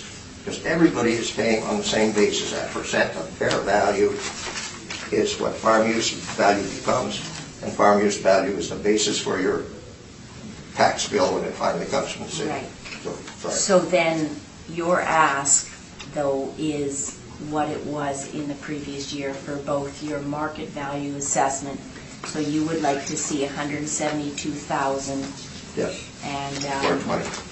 and where's that number? And back to 60,000. And 60. 60,000. 60, I believe, something like 60. Yeah, okay, thank you. Which gets us back to the old way of doing things instead of having to worry where the $4,000 came from. Okay, any questions, Ms. Rebel? I, just a point of clarification, on your Schedule 2, Yeah, the fair market appeal roll number, which roll number? Which your one? roll number? Yeah, that's my roll number. Is that your roll number? Because on the information we were provided, it said it is 0500 6375. And this says 6373. It should be 6375. No, it should be 67.3 because I got that off of my tax return, or not tax return, but the tax bill that I got from the city. So, and I didn't bring a copy of that, I'm sorry. Didn't think I needed it. Well, wait a minute, hold on, just a minute. There was a confusion over roll numbers once at the time that the city, that the city merged those two titles under one roll number. Okay, so maybe it was 6373 and 6375 at one point? It could have been one And or it one or became the other. 6375? And I don't know I'm whether. now asking the assessor just to make sure. On the appeal application form, as soon as the appellant that filled it out, it's 75000. 500. Yeah, that's what I put on the application form. Okay, well, I'm sorry I can't disprove you or prove you. No, I can only say that I copied this from the tax bill, and it's possible I made a digit number. Okay, but it is your property then? That is definitely my Okay. property, at least everything else describes it. And for clarification purposes, this Schedule 2, this other property is the one right beside your That's the property? one right beside it that my nephew is looking after, yes. Okay, and so your nephew, you say his assessment value has not changed from 2018 to 2020? That's correct. It's exactly the same? And so you're indicating that your desire is to have yours remain the same as well? If there were no reasons for the assessment department to raise his, there should be no reason to raise mine. Given that my number for the year before, which was 2018, was the one that I presented and the board approved, the board of revision confirmed, let's not say approved. I don't know if you have powers to approve anything. Okay. Sorry. So then the 35% wouldn't apply to either one? Yes, it does. The 35% is what the historic application was.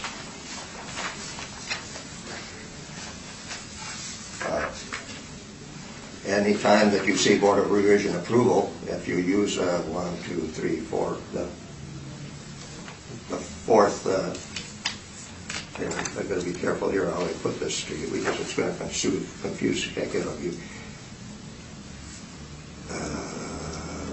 It's on. It's got to be on number 1. Sorry. You may have to slip back to number 1 to show I'm good. Okay, thank you. the difference. But the difference is that the 35% was applied consistently right up to last year, or 2018, excuse me. Okay. So I have a question now. So the property next to yours was valued at fair market value of $11,343, and they didn't bill it. And it's the same value now, $11,343. Yours was originally valued at about the same amount, a little bit more. You appealed it, you had it reduced on your application, and now you're making another application because it's been increased back up to what it was before you made your last application. Well, before that, and then some. How much are you renting out for, just for curiosity? How many? How much rent are you getting per acre? Oh, $32 or $33 an acre. So, That's it. I tried to raise it, and the guy said, sorry, I can't afford it. He can't afford it, I got to look after the... well, basically, I guess he's got a captive audience. Not everybody wants to farm that. Well, I know. It's a small piece, yeah. I- So it's a guy who's already next door to you already? No. Somebody in the very near vicinity of you? If he doesn't, you've got a small acreage, I guess. Yeah. So you don't really have a captive audience to necessarily farm it. Well, that's piecemeal. right, that's right. See, That's why I was you've got to looking take a at, deed yet. I was looking after this Yeah. whole 75 acres when it Yeah. was all in the family. Right. And dealing with that one farmer for the whole 75. Does he also rent from your nephew next door? Have I what? Does he also rent the land from your nephew next door? Yeah, I Sawyer? dealt for his property as well, yeah. Yeah, and he's getting $33 an acre for that one as Yeah, well? he just said, get whatever you can and pay for the taxes and, I might get enough money to take my wife out for dinner or something, to that effect. Okay, thank you. Just to clarify, sorry, on AECS it says 30F at 157 and then 31T at 83 for a total of 240. Is that correct? Correct. Okay, thank you.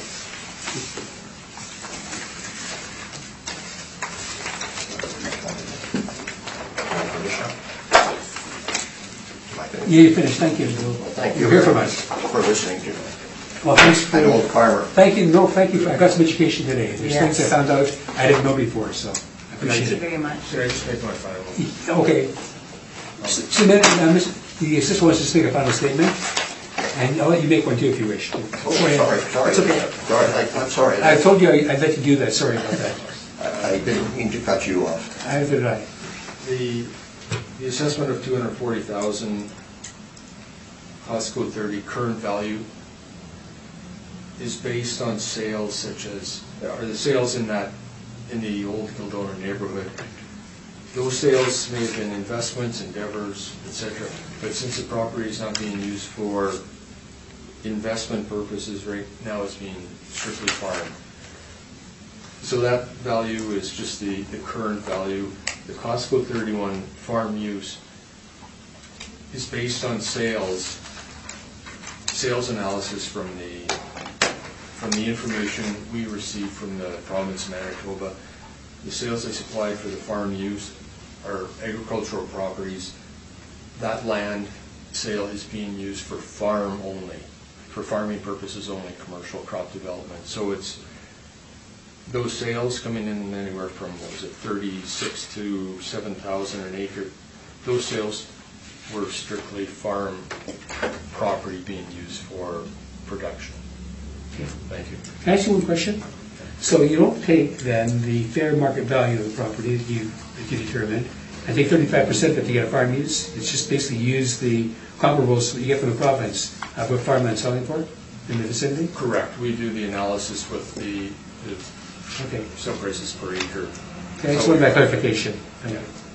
Excuse me, I have a counter question. No, you can actually get a percentage. Yeah, the question I raise, if you have all these statistics, why can't I get a hold of them? To confirm them if for nothing else. I haven't been getting that for the last 4 years. The information's available. We have sales information on our website. The provincial government, they have a website, it shows sales. The Okay, provincial so I'm assessment. sorry, I wasn't aware of that. Yeah. But don't your assessors have that same information so that when I ask them, where did you get the $4,000 figure, that they can provide that to me? In more detail than just what you indicated to us. We get a batch of sales of farm property supplied to us by the province. It's just an internal analysis how we came up with the 4,000. Okay. I possibly could have given you a copy of the sales I just supplied. You could have done your analysis from those. Okay, So it is available at I'm sure the municipal office would be able to supply you with sales. That I can't confirm with Ross. That means I get it for the whole darn province. It wouldn't be sorted, so you'd have to go through and sort all this. Okay, anyway, we heard the evidence, and we have to go on with other matters, so thank you very much for your attention. Mr. Strachan, do you have any other items, or is it back to this right now? Okay, well, welcome, thanks to see you again. Likewise.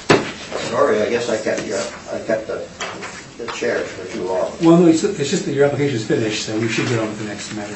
Okay, I'll get rid of it. Quick. Whose is this? This isn't mine. No. Somebody left that here. That's mine. That's for last minute calculations. Okay, our next property, when we have a seat here, is 3949 Waverly Street.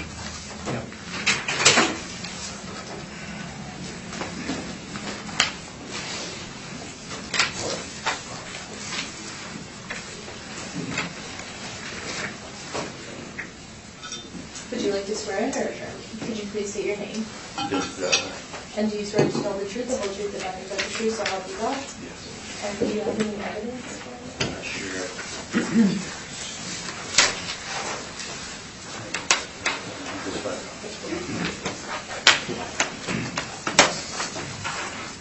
Good luck.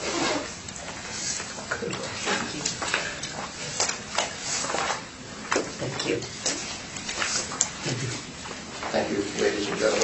Thank you very much.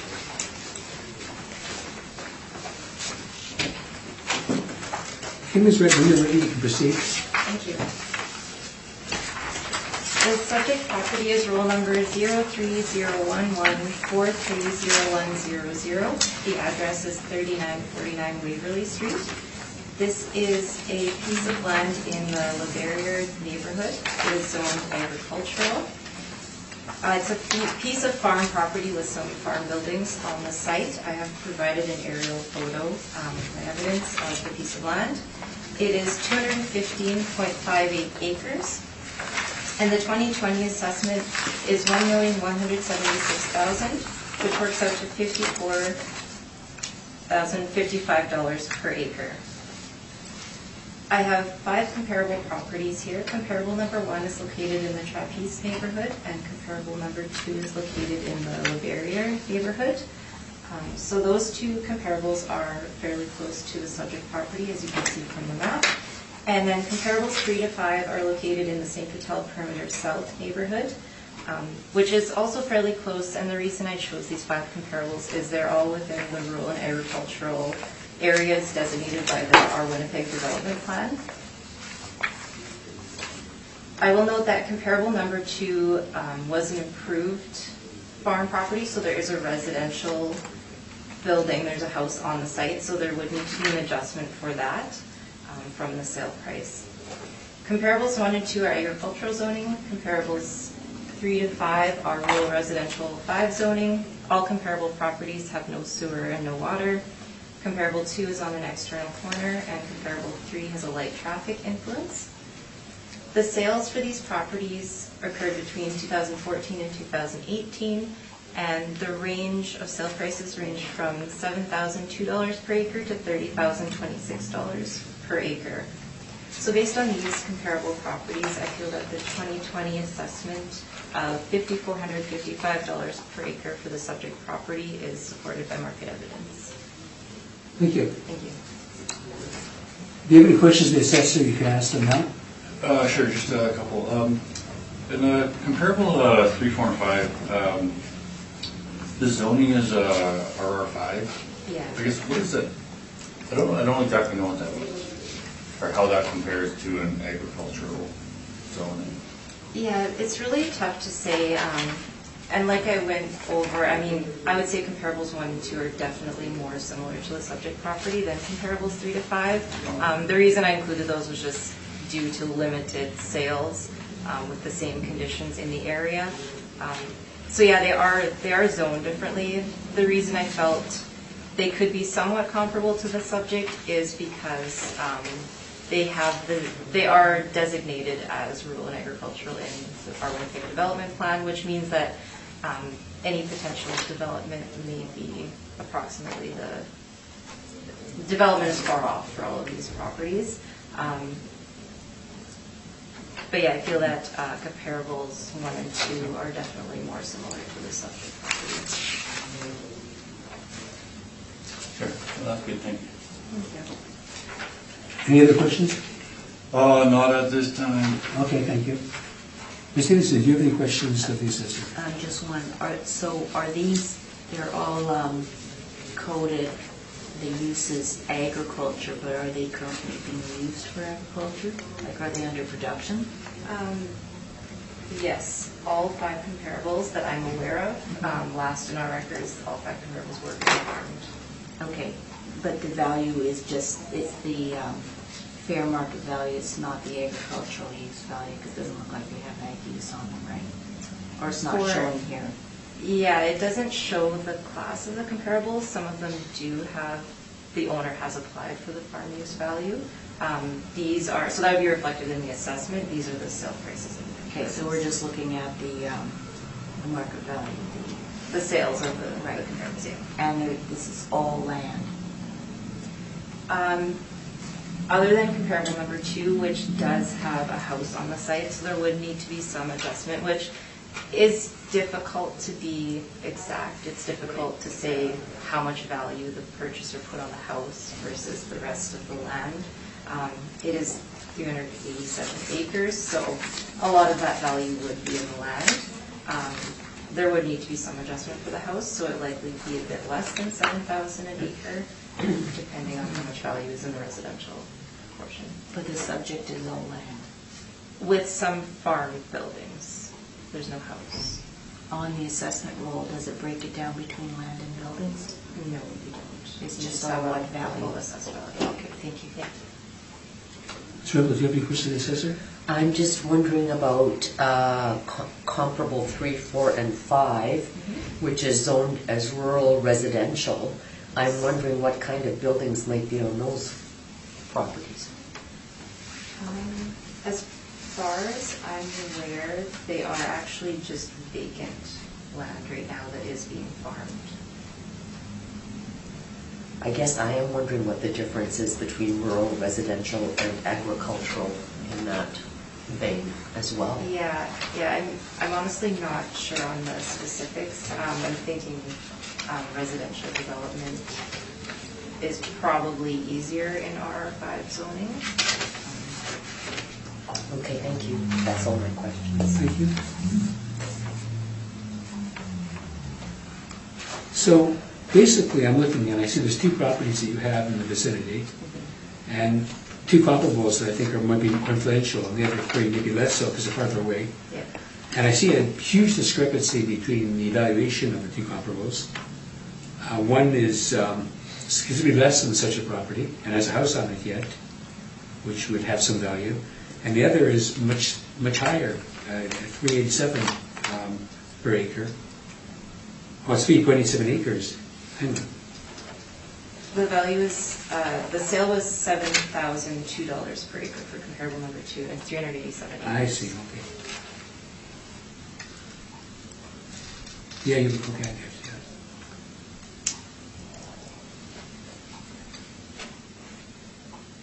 So those are your best comparables, and there still is a reasonable discrepancy, but, and you got this probably valued at 455. $5,455 per acre. Yeah, and that's just the model that did that, or? Yes. Okay, it's difficult, I guess, if not lots of comparables.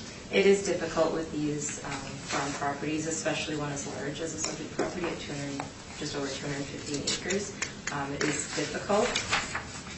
Okay. Well, I'd like to hear from the applicant, because there is some difficulty here. Yeah. Okay. Okay, proceed, please. Sure.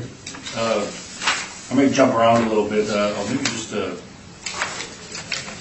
speak further to what the discussion was just a minute ago. You can speak in however you wish to. Go ahead. Okay. I was asking for a clarification on what rural residential meant, because I actually inquired about that one time, and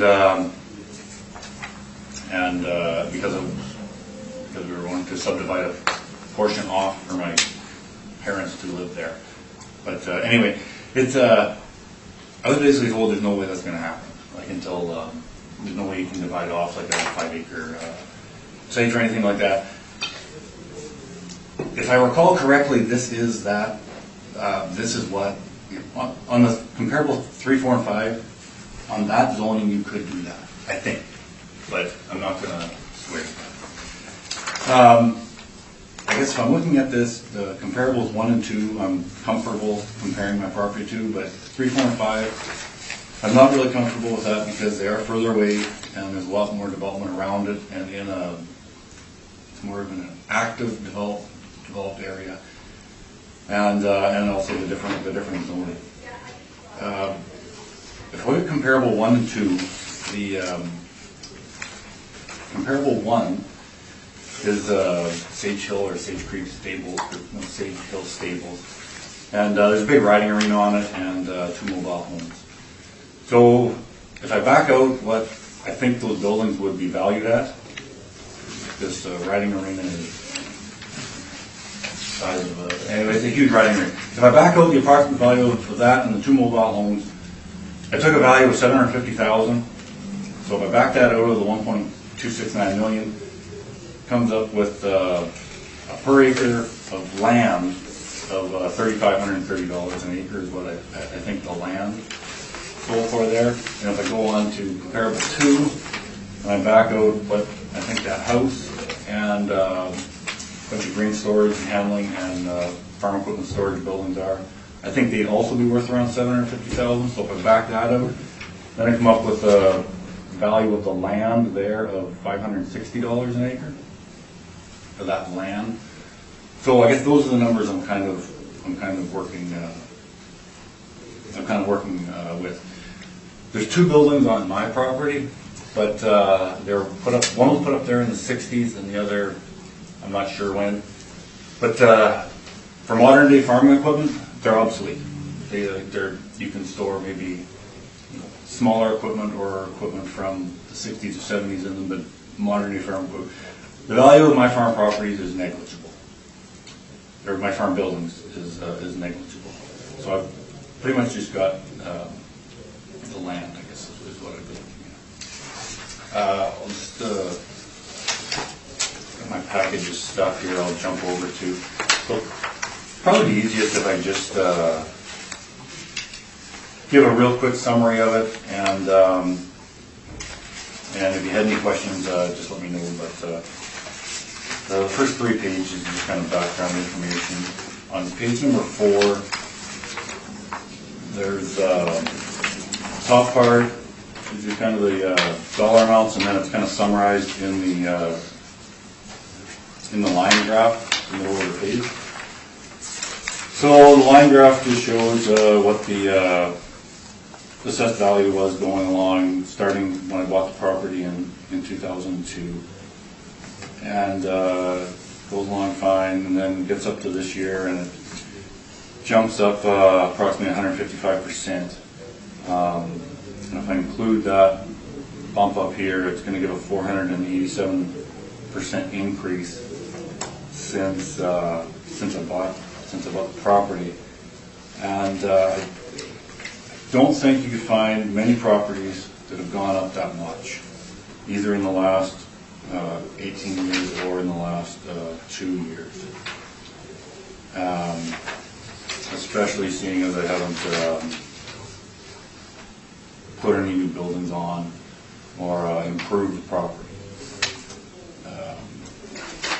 So that was just kind of that's all I had to say on that page. The next page is so this property, my brother and I farm half of it, and then we rent the other half out to a neighbor farm.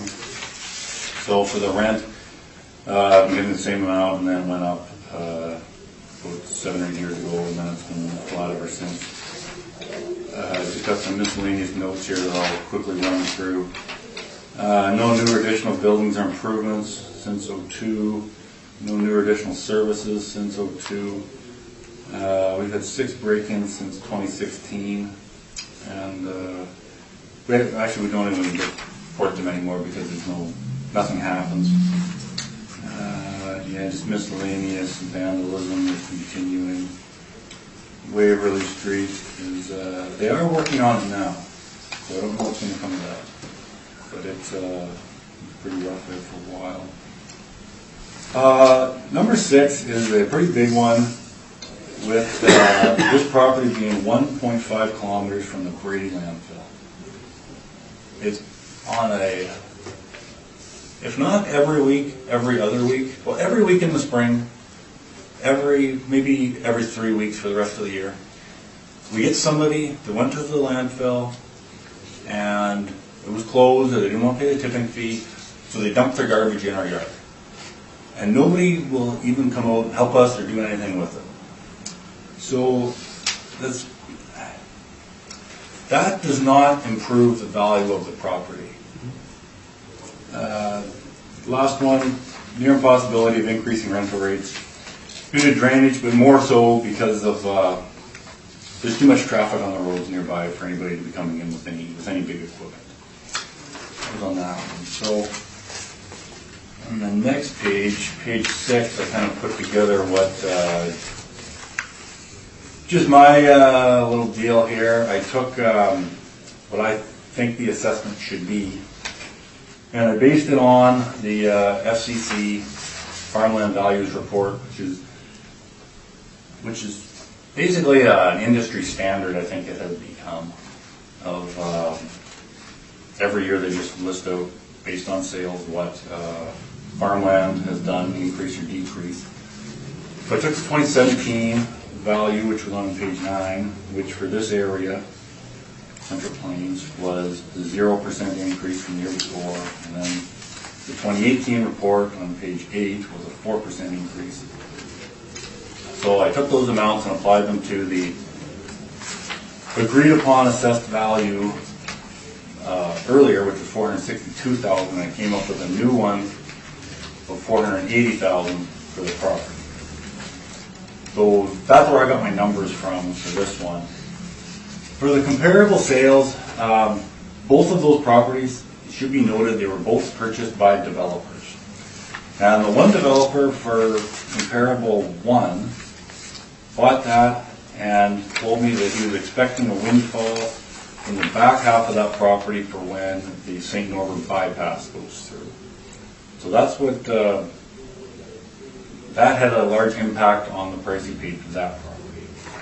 For comparable 2, which is right next door to me, the developer that bought that property told me that he wanted access to Waverly Street and Brady Road. Like to be able to, if it were to be developed, he'd have twice the access points. Which I also think led to him paying as much as he did for that property. So I don't have either of those. I won't be getting windfall, and I only have access to Waverly Street. So that's kind of where I was coming from on there. I'll take any questions if you have any. So, do you have any questions of the applicant? Not at this time, no. Thank you. Stevens, do you have any questions of the applicant? No, I don't have anything. Ms. Rundle, do you have any questions? Yes, I'm just wondering, you indicated that the 2 buildings on your property are obsolete, they're old in terms of farm equipment in this day and age. You said you've had 6 break-ins. Yeah. What have they stolen? Why are they breaking in? Well, my brother and I are farming out there with older equipment, and they basically, every time they break in, they just steal our tools. Okay. That's what they do. And then my brother has a camper parked out there in one of the buildings, and they just ransack that camper. So now we leave them open, and we just have to keep all of our tools in our vehicle. So break-ins haven't been a problem this past summer this past harvest season, I guess, because we don't leave anything of any value out there anymore. So. You say you farm the property? My brother and I farm half of that property, and then our neighbor rents the other half. Okay. Can you tell me, I'm looking at this chart on page 4, and you say the way that you have figured things out, you think that the assessment should be $480,480. And I'm looking at the top line that says assessed value. I'm not sure what that means, because the next line says that was your property assessment notices, correct? Yeah, I was looking at it, I didn't have it labeled quite properly, and some of the numbers in this, in the graph do not get pulled into the line graph, so I didn't bother changing it around. But basically, the very top line is what it was assessed at after we had, after any appeal. I guess it was the agreed upon assessment that the taxes were based on. over the years. So it started off when I bought it in 2002 at $200,500, and then just recently it was in 2017, 2018 it was at $462, and then 2019, 2020 I did not update that for the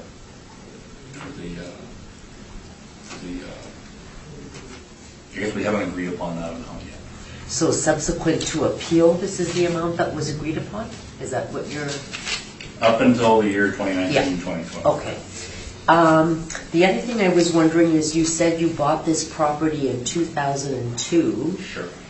and the subject sale history says the sale year was 2004? Yeah, I saw that in the, I'm sure I bought this in 2002. Maybe it was 2004, but I'm pretty sure I bought this in 2002. We use information from land titles, and we use possession date, so if there was a delay between the sale and possession date, that could be. Okay, that would make sense, because I'll give you a little bit of history on this just for your information. I bought this property from the city of Winnipeg, and I think I had, maybe I'm thinking that we had agreed upon an amount in 2002, but by the time it got through all committees and such, for it to be, or we had a letter of understanding in 2002, I guess it would be. So maybe it was finalized in 2004. So that would make sense. Okay, thank you. That's all my questions. Thank you. You said you rent out half of it. How many acres do you rent out? Well, he just goes by his, we just kind of have a marker in the field, and so he pays me for, it's 210, and then we took off 5 for the yard site, so he paid me 105 acres. Okay, and you pay $73,050, was it, a month, a year? According to your table. Yeah, it's, because of since I own it, I rent some to my brother and some to, so I must have combined them in here to bring them in, so I don't know what that works out to. I think it averages out about $50 an acre, is what it works out to. I think that's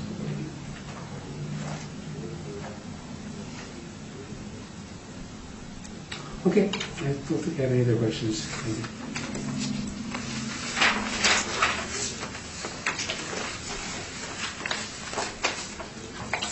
So, yeah, we're finished. You'll hear from us. Okay, that's all there is to it. Yes. Thank you. Yeah, you're welcome. Thank you for the presentation. Thank you. Thank you very much. You can drive home in the daylight.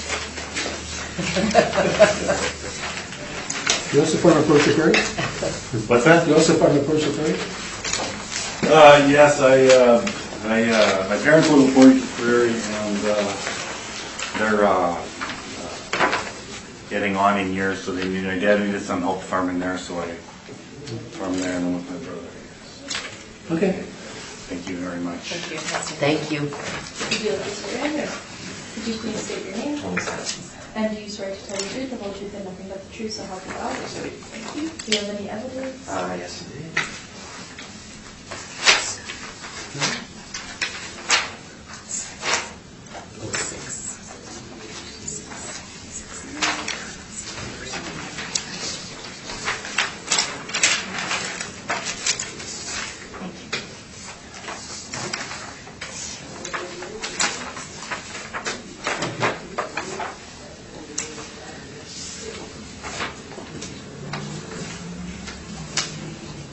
And just steal that copy from you after you're done. Absolutely. You're clean. Thank you.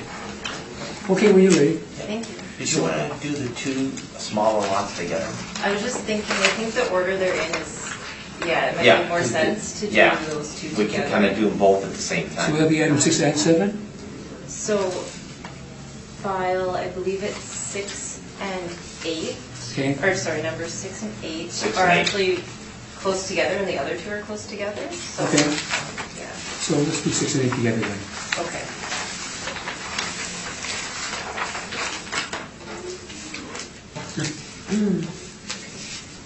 So I'll start with number 6 on the docket. So this property is roll number 0306-491-0000. There is no street address associated with the property. This is a vacant piece of land in Bridgewater Lakes with agricultural zoning.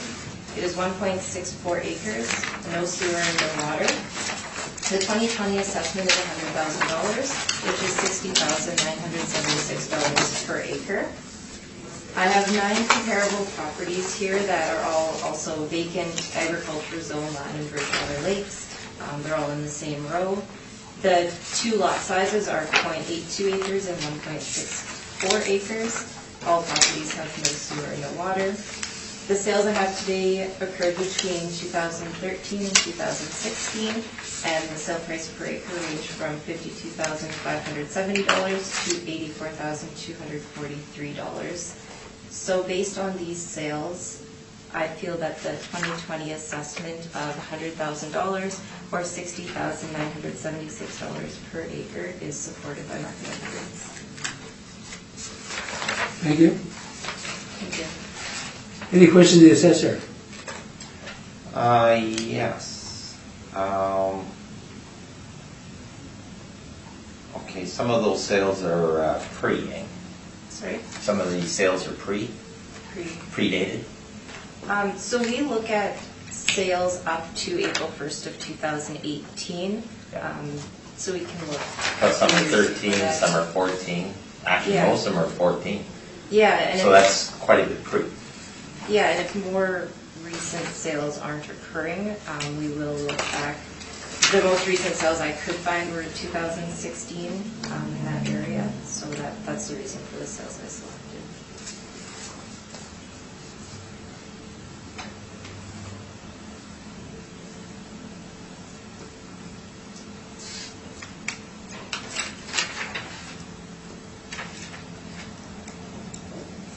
Any other questions? That's it for now. Citizens, any questions to the assessor? I have no questions at this time, thank you. Sir, do you have any questions? I have no questions, thank And you. I don't either. So you provide your evidence now. Okay, I've got a recent sale here. It's 2016. We have 2 lots for sale, lot 29 and 80, and it says 0.8 acres plus or minus, so it'll be the same size lots. It was for $54,900. They both sold for $44,000 even. When the days of the market was 101. Okay. Yeah, actually, you do have that one listed here as one of your comparables.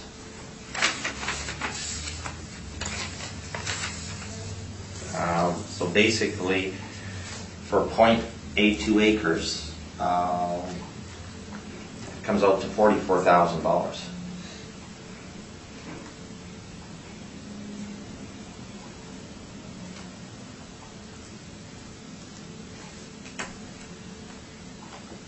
That's your evidence.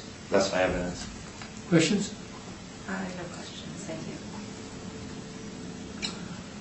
Citizens, do you have any questions? I have no questions, thanks. I have Sure. no questions, thank you. So looking at this sale that you have, Yep. and how do these properties that you're giving or listing here, how close are they to your property? They would be over maybe about 8 over. Okay? Because there's actually, the guy who owned all these properties, this was established in 1887, these lots, way back. And somebody owned from about half an hour to the city, he owned 44 lots. And I happen to be one of the people who buy one of those lots. And they're actually all identical in size. They border White Ridge and Bridgewater. And they're virtually all the same. So there is no, I went to the city to see, they're not in the precinct Q plan right now. They don't know what's going to happen there right now. They have no... Okay, so there's no surfaces, someday, and it's multiple owners, so everybody's going to get together? Multiple owners. The whole thing is multiple Yeah. owners, yeah. And so there's no plan for development there yet at all. Like they have nothing in mind there yet. How long have you owned the properties? Since '92. You said them for a while. Yeah. Sorry about that. That's okay.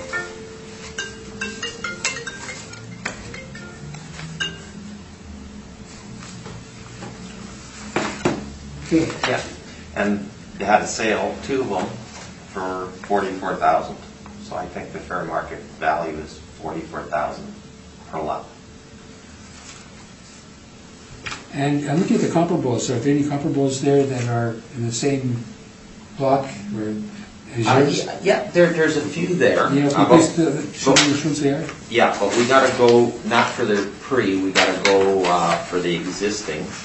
And we've got one existing here at 44, and we got one existing here at 42, 857, and one for 46,000. So 44,000 would actually give you an average. I'm saying which of the city's comparables are, Oh, a city comparable Yeah. is comparable number 5, right? comparable 4, and comparable 3. And they're all in the 16. Okay, Yeah, the other ones are pre. okay.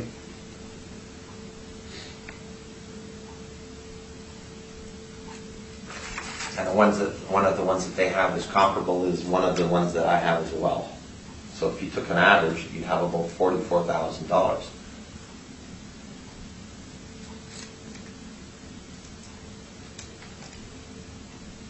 Well, I don't know, the properties that you listed are sold for 56, 53, and 54. Oh, they had data sale, sworn value. Well, it's got sworn value here. If you go right across, it says comparable. Yeah, look at the sale price per acre, I'm sorry, you're right. Yeah, Absolutely, okay. yeah. If you take the average, Yeah, just you're rough right. it, Yeah. about 44,000 would be Okay, average on their comparables and my comparables. you're right, Yeah. thank you. If I could just comment, and those comparables are 0.82 acres, and the subject is 1.64 acres. So it's double the size of those comparables. So we look at the price per acre. Okay.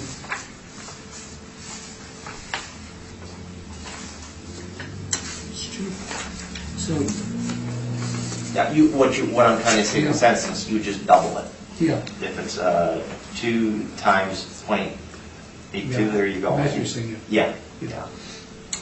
So, okay, so you think your land is worth more like 88,000 rather than the city has it listed at? Yes. That's it right now. Yeah, Okay. yeah.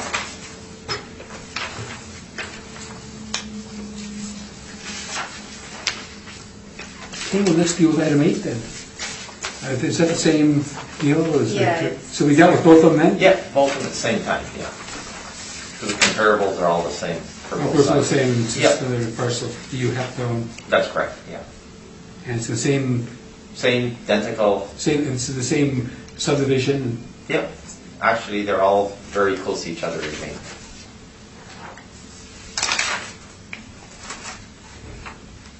I think the assessor agreed to that. Yeah, I believe I used the same Yeah. comparables for both. Yeah, there's not much difference, no. Yeah. So here you have 2.4 acres.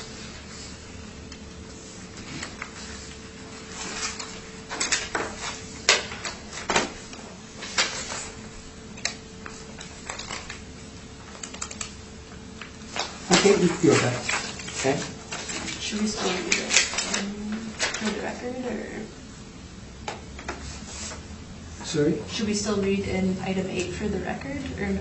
Oh, yeah, absolutely we should. Okay. Yeah. Go ahead, yeah. Thank you. Subject property is roll number 03064894500. This is a vacant piece of agricultural zone land in Bridgewater Lakes. The land area is 2.4 acres, and it has no sewer and no water. The 2020 assessment is $136,000, which it works out to $56,744 per acre. I have 8 comparable properties that are located in the same area. They all have agricultural zoning. The 2 lot sizes of the comparables are 0.82 and 1.6 per acres. None of the comparables have sewer or water, and the price per acre ranged from $52,570 to $84,243 per acre. So the 2020 assessment of the subject property at $56,744 per acre is within the range of the comparable properties. Thank you. same thing for, Right, same thing. yeah, same thing and at Same questions. 44,000. Same Yeah, same questions. questions, yeah. So we'd just be prorated, Right, yeah. whatever we decide. Yeah, yeah.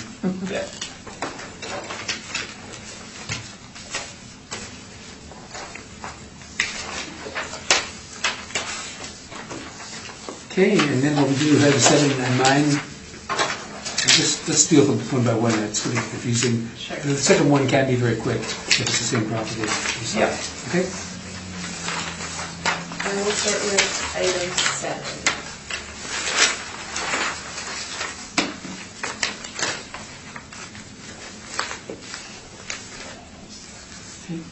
Thank you. Roll number 0802-095-2600. This is a vacant piece of land in the Royalwood neighborhood. It is zoned rural residential 5. The land area is 13.65 acres. The land influences are adjacent to the same river, rail line, and it has no sewer and no water. The 2020 assessment currently is $1,254,000, which is $91,865 per acre. I have 5 comparable properties. Comparables 1 and 2 are located in the Freightpont neighborhood. Comparable 3 is in St. Norbert. Comparable 4 in Grassy, and comparable 5 in Peguis. All of these comparable properties are vacant land with rural residential 5 zoning. The land area of the comparables ranges from 6.76 to 22.49 acres. All comparable properties have no sewer and no water. Comparable 1 has a rail line influence and is located on an external corner. Comparable 2 has a rail line influence, and comparable 4 has a heavy traffic influence. Based on these comparable properties, I feel that the 2020 assessment is too high, so I am recommending that it be reduced to $956,000, which is $70,000 per acre. Do you accept that recommendation? Oh, hang on, yeah, just, getting here. We're doing with the, it's assessed at $1,254,000, correct? Yes. Okay. I would take a consideration of $886,000, seeing this is not zone R5 and it is zone farmland, not agricultural. And it does not have a serviced road. You know what, unless the Oh, okay. Unless the assessor is prepared to make that as a recommendation, you'll have to make your argument for that. Okay, I'll do that after, yeah. Okay? So, any other questions? Okay, your other comparables, they are not in the Royalwood. Well, do you have it in the Royalwood area?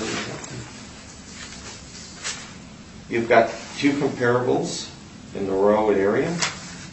Yes, so 2 of the properties are right across the rail line, so that's the divider between the neighborhoods. So those 2 comparables are now in what is called the Freightpont neighborhood.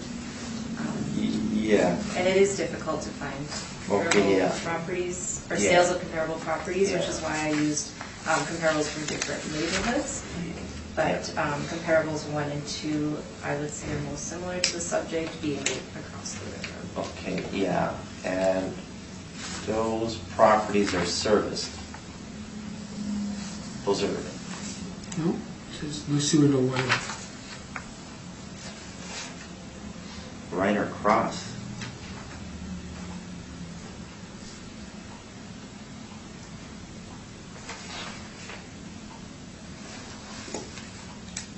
Oh, that's the ones that Qualico bought, okay. Okay, that one is, actually, it is on the service road, which is Creek Bend Road. As far as I know, the actual properties themselves don't have sewer or water services, but I can look into that. Yeah, because I'm just looking at it right now. You've got Creek Bend Road right there going across. There's a tracks that separate the 2 problems. I'm further north, there to the east-south side. That's actually service property, and that is actually zoned RR5. So you can actually build on those properties. Yes, zoning is RR5. Yeah. I will have to double check on your property. No, maybe you can RR now, maybe in 2018 you couldn't. Yeah, you could. Huh? Yeah, because I'm going through the thing with the city because I want to build on this property I have. So Okay. that's That's why, fine. yeah, yeah. That's an RR5. If you have 5 acres or more, you can actually build on it if it's by a serviced road.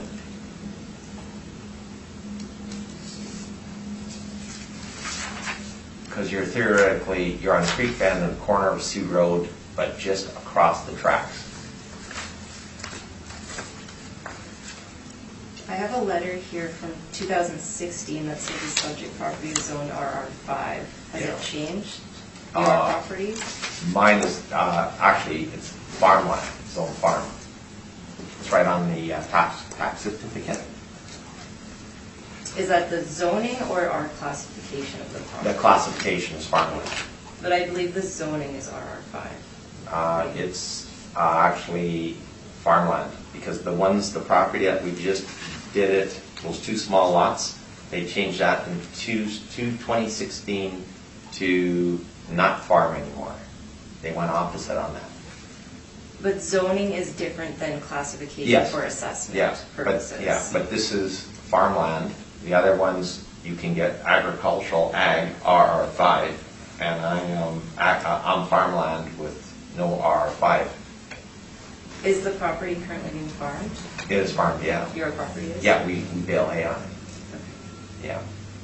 And my property is on the side road beside the tracks.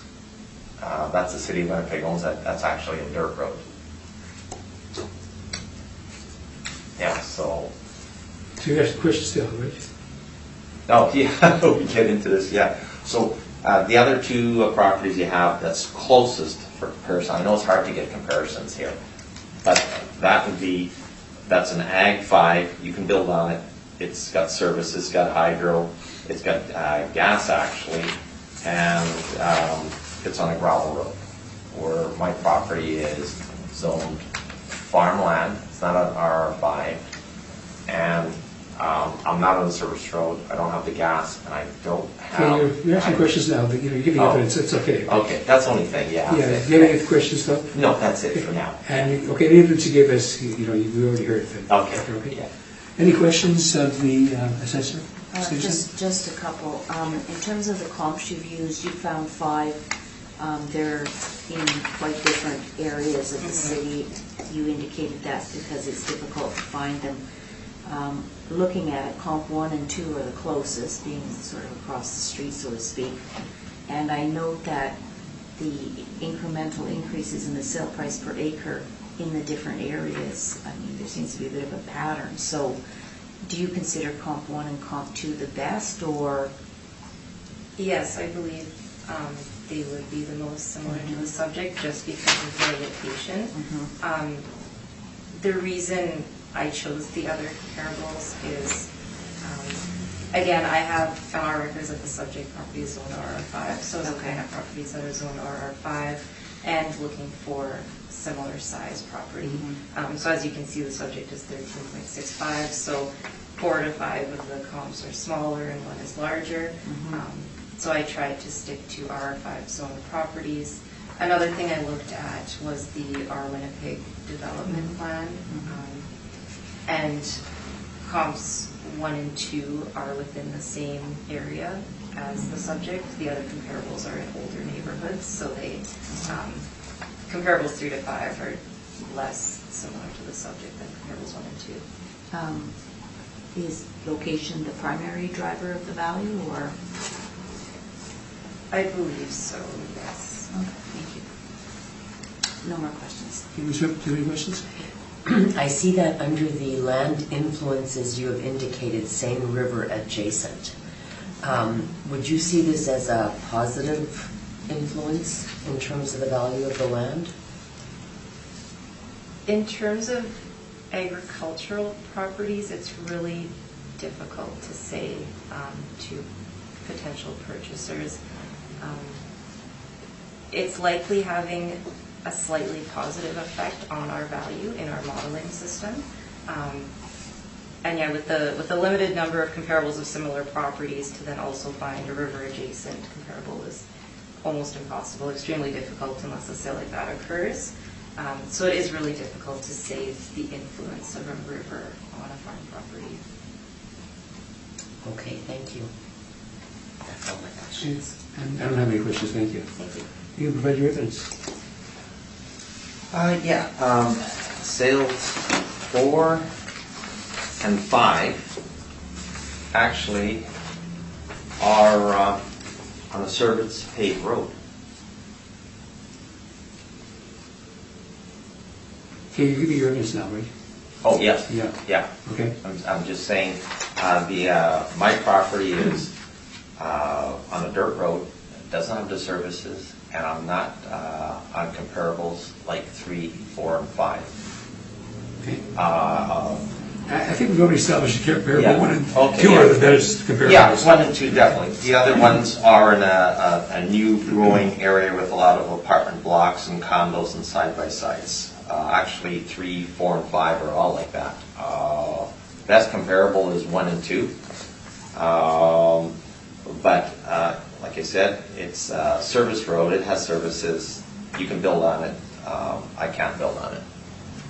And they're an R5. I am a farmland. That's about it. Okay. Any questions of the applicant, Ms. Wright? No, I have no questions. Thank you. Ms. Davidson, do I you have have any no questions? questions either, thank Ms. you. Redpath? No questions, thank you. So Ms. Redpath has a question of the assessor that I want to ask you. Sure. So how much of the same river do you have on that property? There is probably about 700 feet. Okay. But through, if you're going to subdivide it one day when it goes Right, through, yeah. you have to give up 9 acres for that.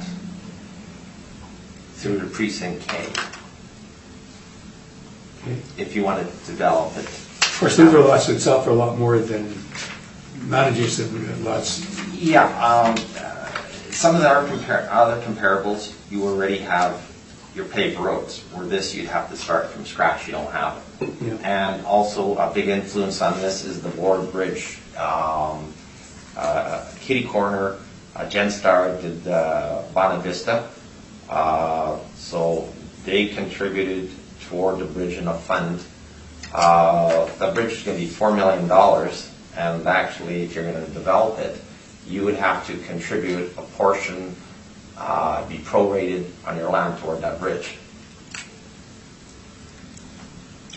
Yeah. Okay.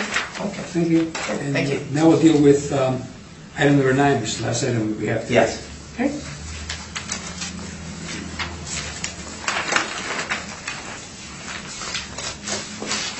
When you're ready to start, you can proceed. Thank you.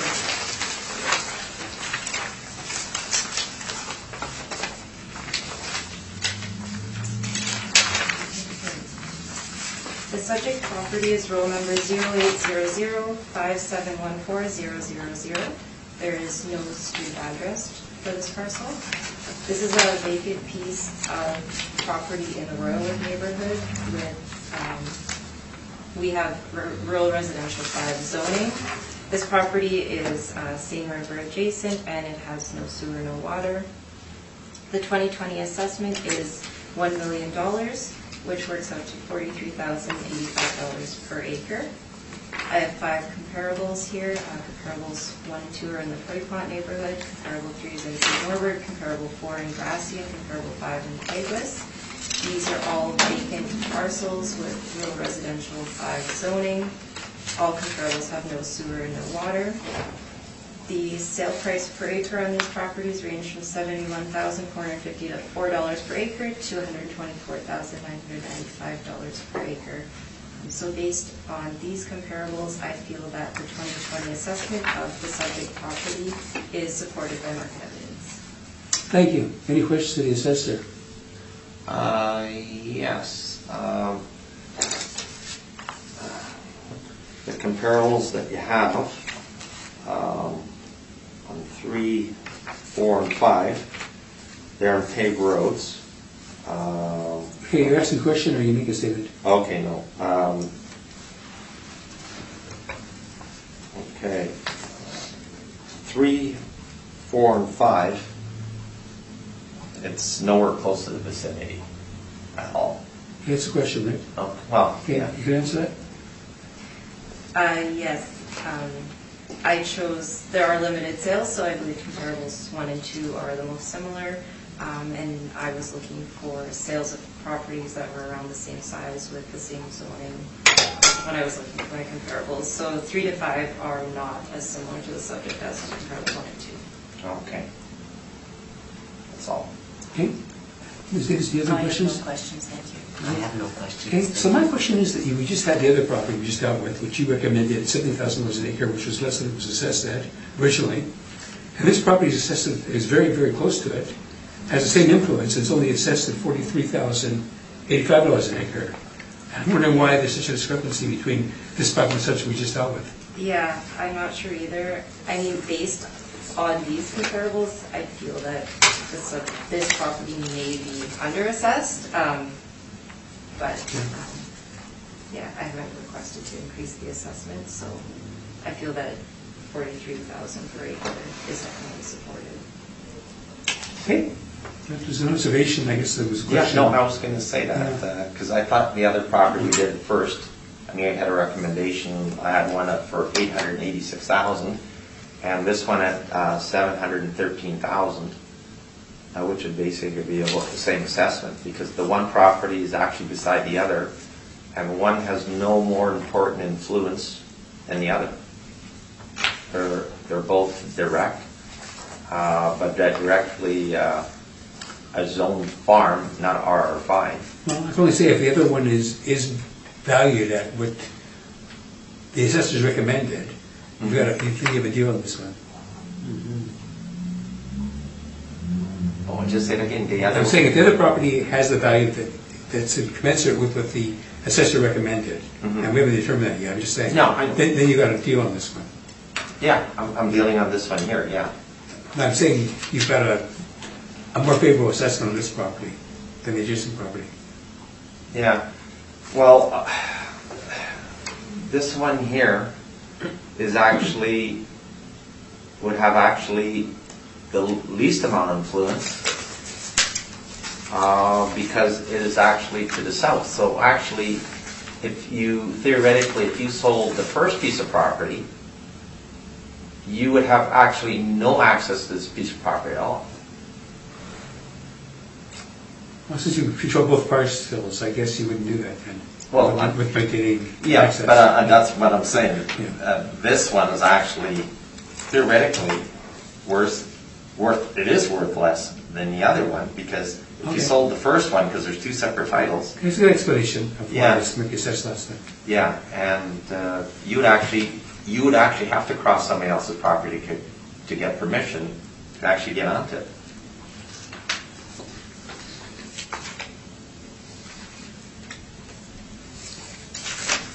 And therefore, I think the valuation it's higher than known.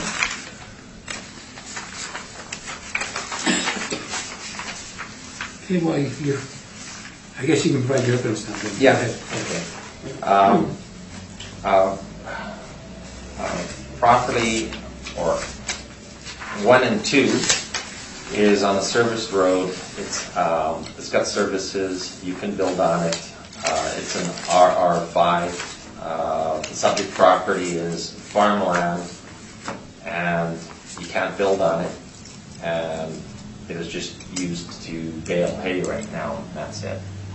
So therefore, I think comparable 1 and 2, it's the closest, but it's got a different value in it. That is an RR5, and you can build on it, and it is service, so you can do multiple things there, where the subject property is basically all you can do is farm it, and that's it. And it's own farmland. Okay, so what value do you think, well, last questions, go ahead, do you have any questions? So I guess this is related to the previous property as well. These two properties are side by side. Yes. What is your long-term intention with these properties? Well, I mean, believe it or not, I bought this property to build 2 houses on.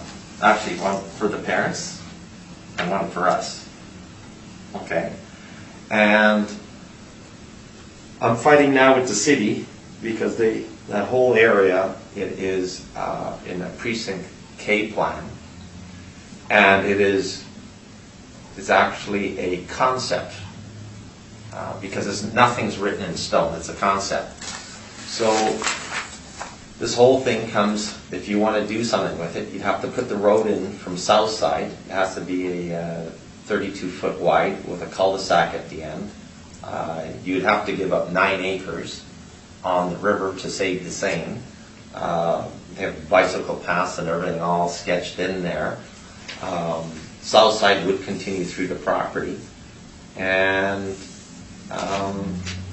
now with that $15,000 per lot, the city wants now, which they didn't want before, that's all added cost now. And the bridge, it's a $4 million bridge. That would have to be put in before any of this goes through. And have you ever considered selling or listing the property, or? Well, I would, but there's so much there to do before anything's got it, because everybody knows about the bridge in that area. Qualico knows about the bridge, Genstar knows about the bridge, A&S knows about the bridge. I mean, all the developers know about it, and so it is pretty pricey. So the best thing actually to happen here is when Ward goes through eventually one day, is I get expropriated, to be honest with you. Thank you. Yeah. Any other questions? I know that's all. Thank you. Yeah. Mr. do you have any questions? I have no Anthony? questions. I had no questions, thank you. Thank you. Yeah, I have no questions either. Okay. Oh, well, I have a question, so we should, what assessment would you like to see on this property? 713,000. I'm not going to ask you how you arrived at that. But, okay.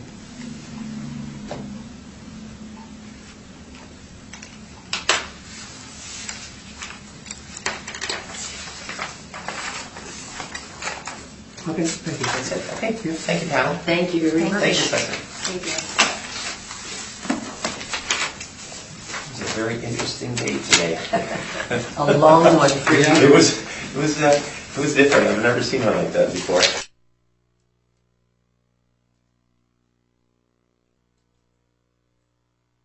Yeah, the males. sterile Yeah. males that'll Yeah. Yeah. somehow, I guess, once. Okay, we'll deal with item number 1 now, and when you're ready, you can proceed. Okay, thank you. The subject property is roll number 090102052000. There is no street address associated with this property.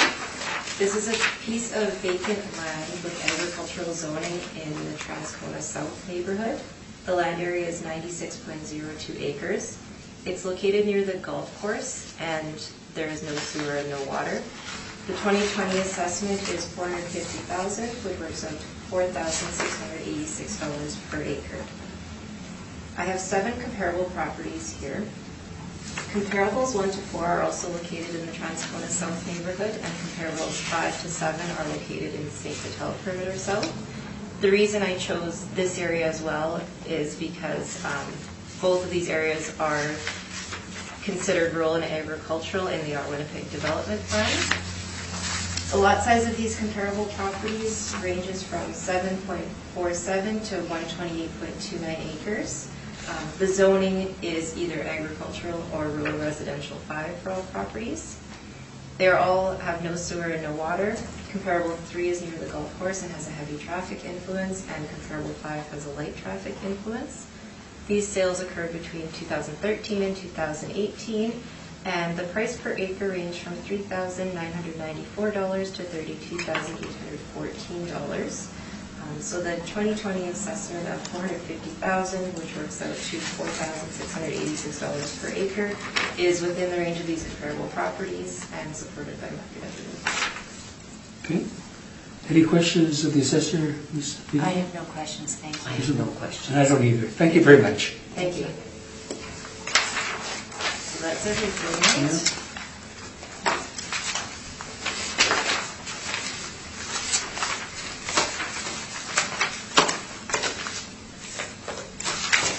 Now I can shut it off. Now you can shut it off. Okay. Yeah. Now we can go to break. Let's right here.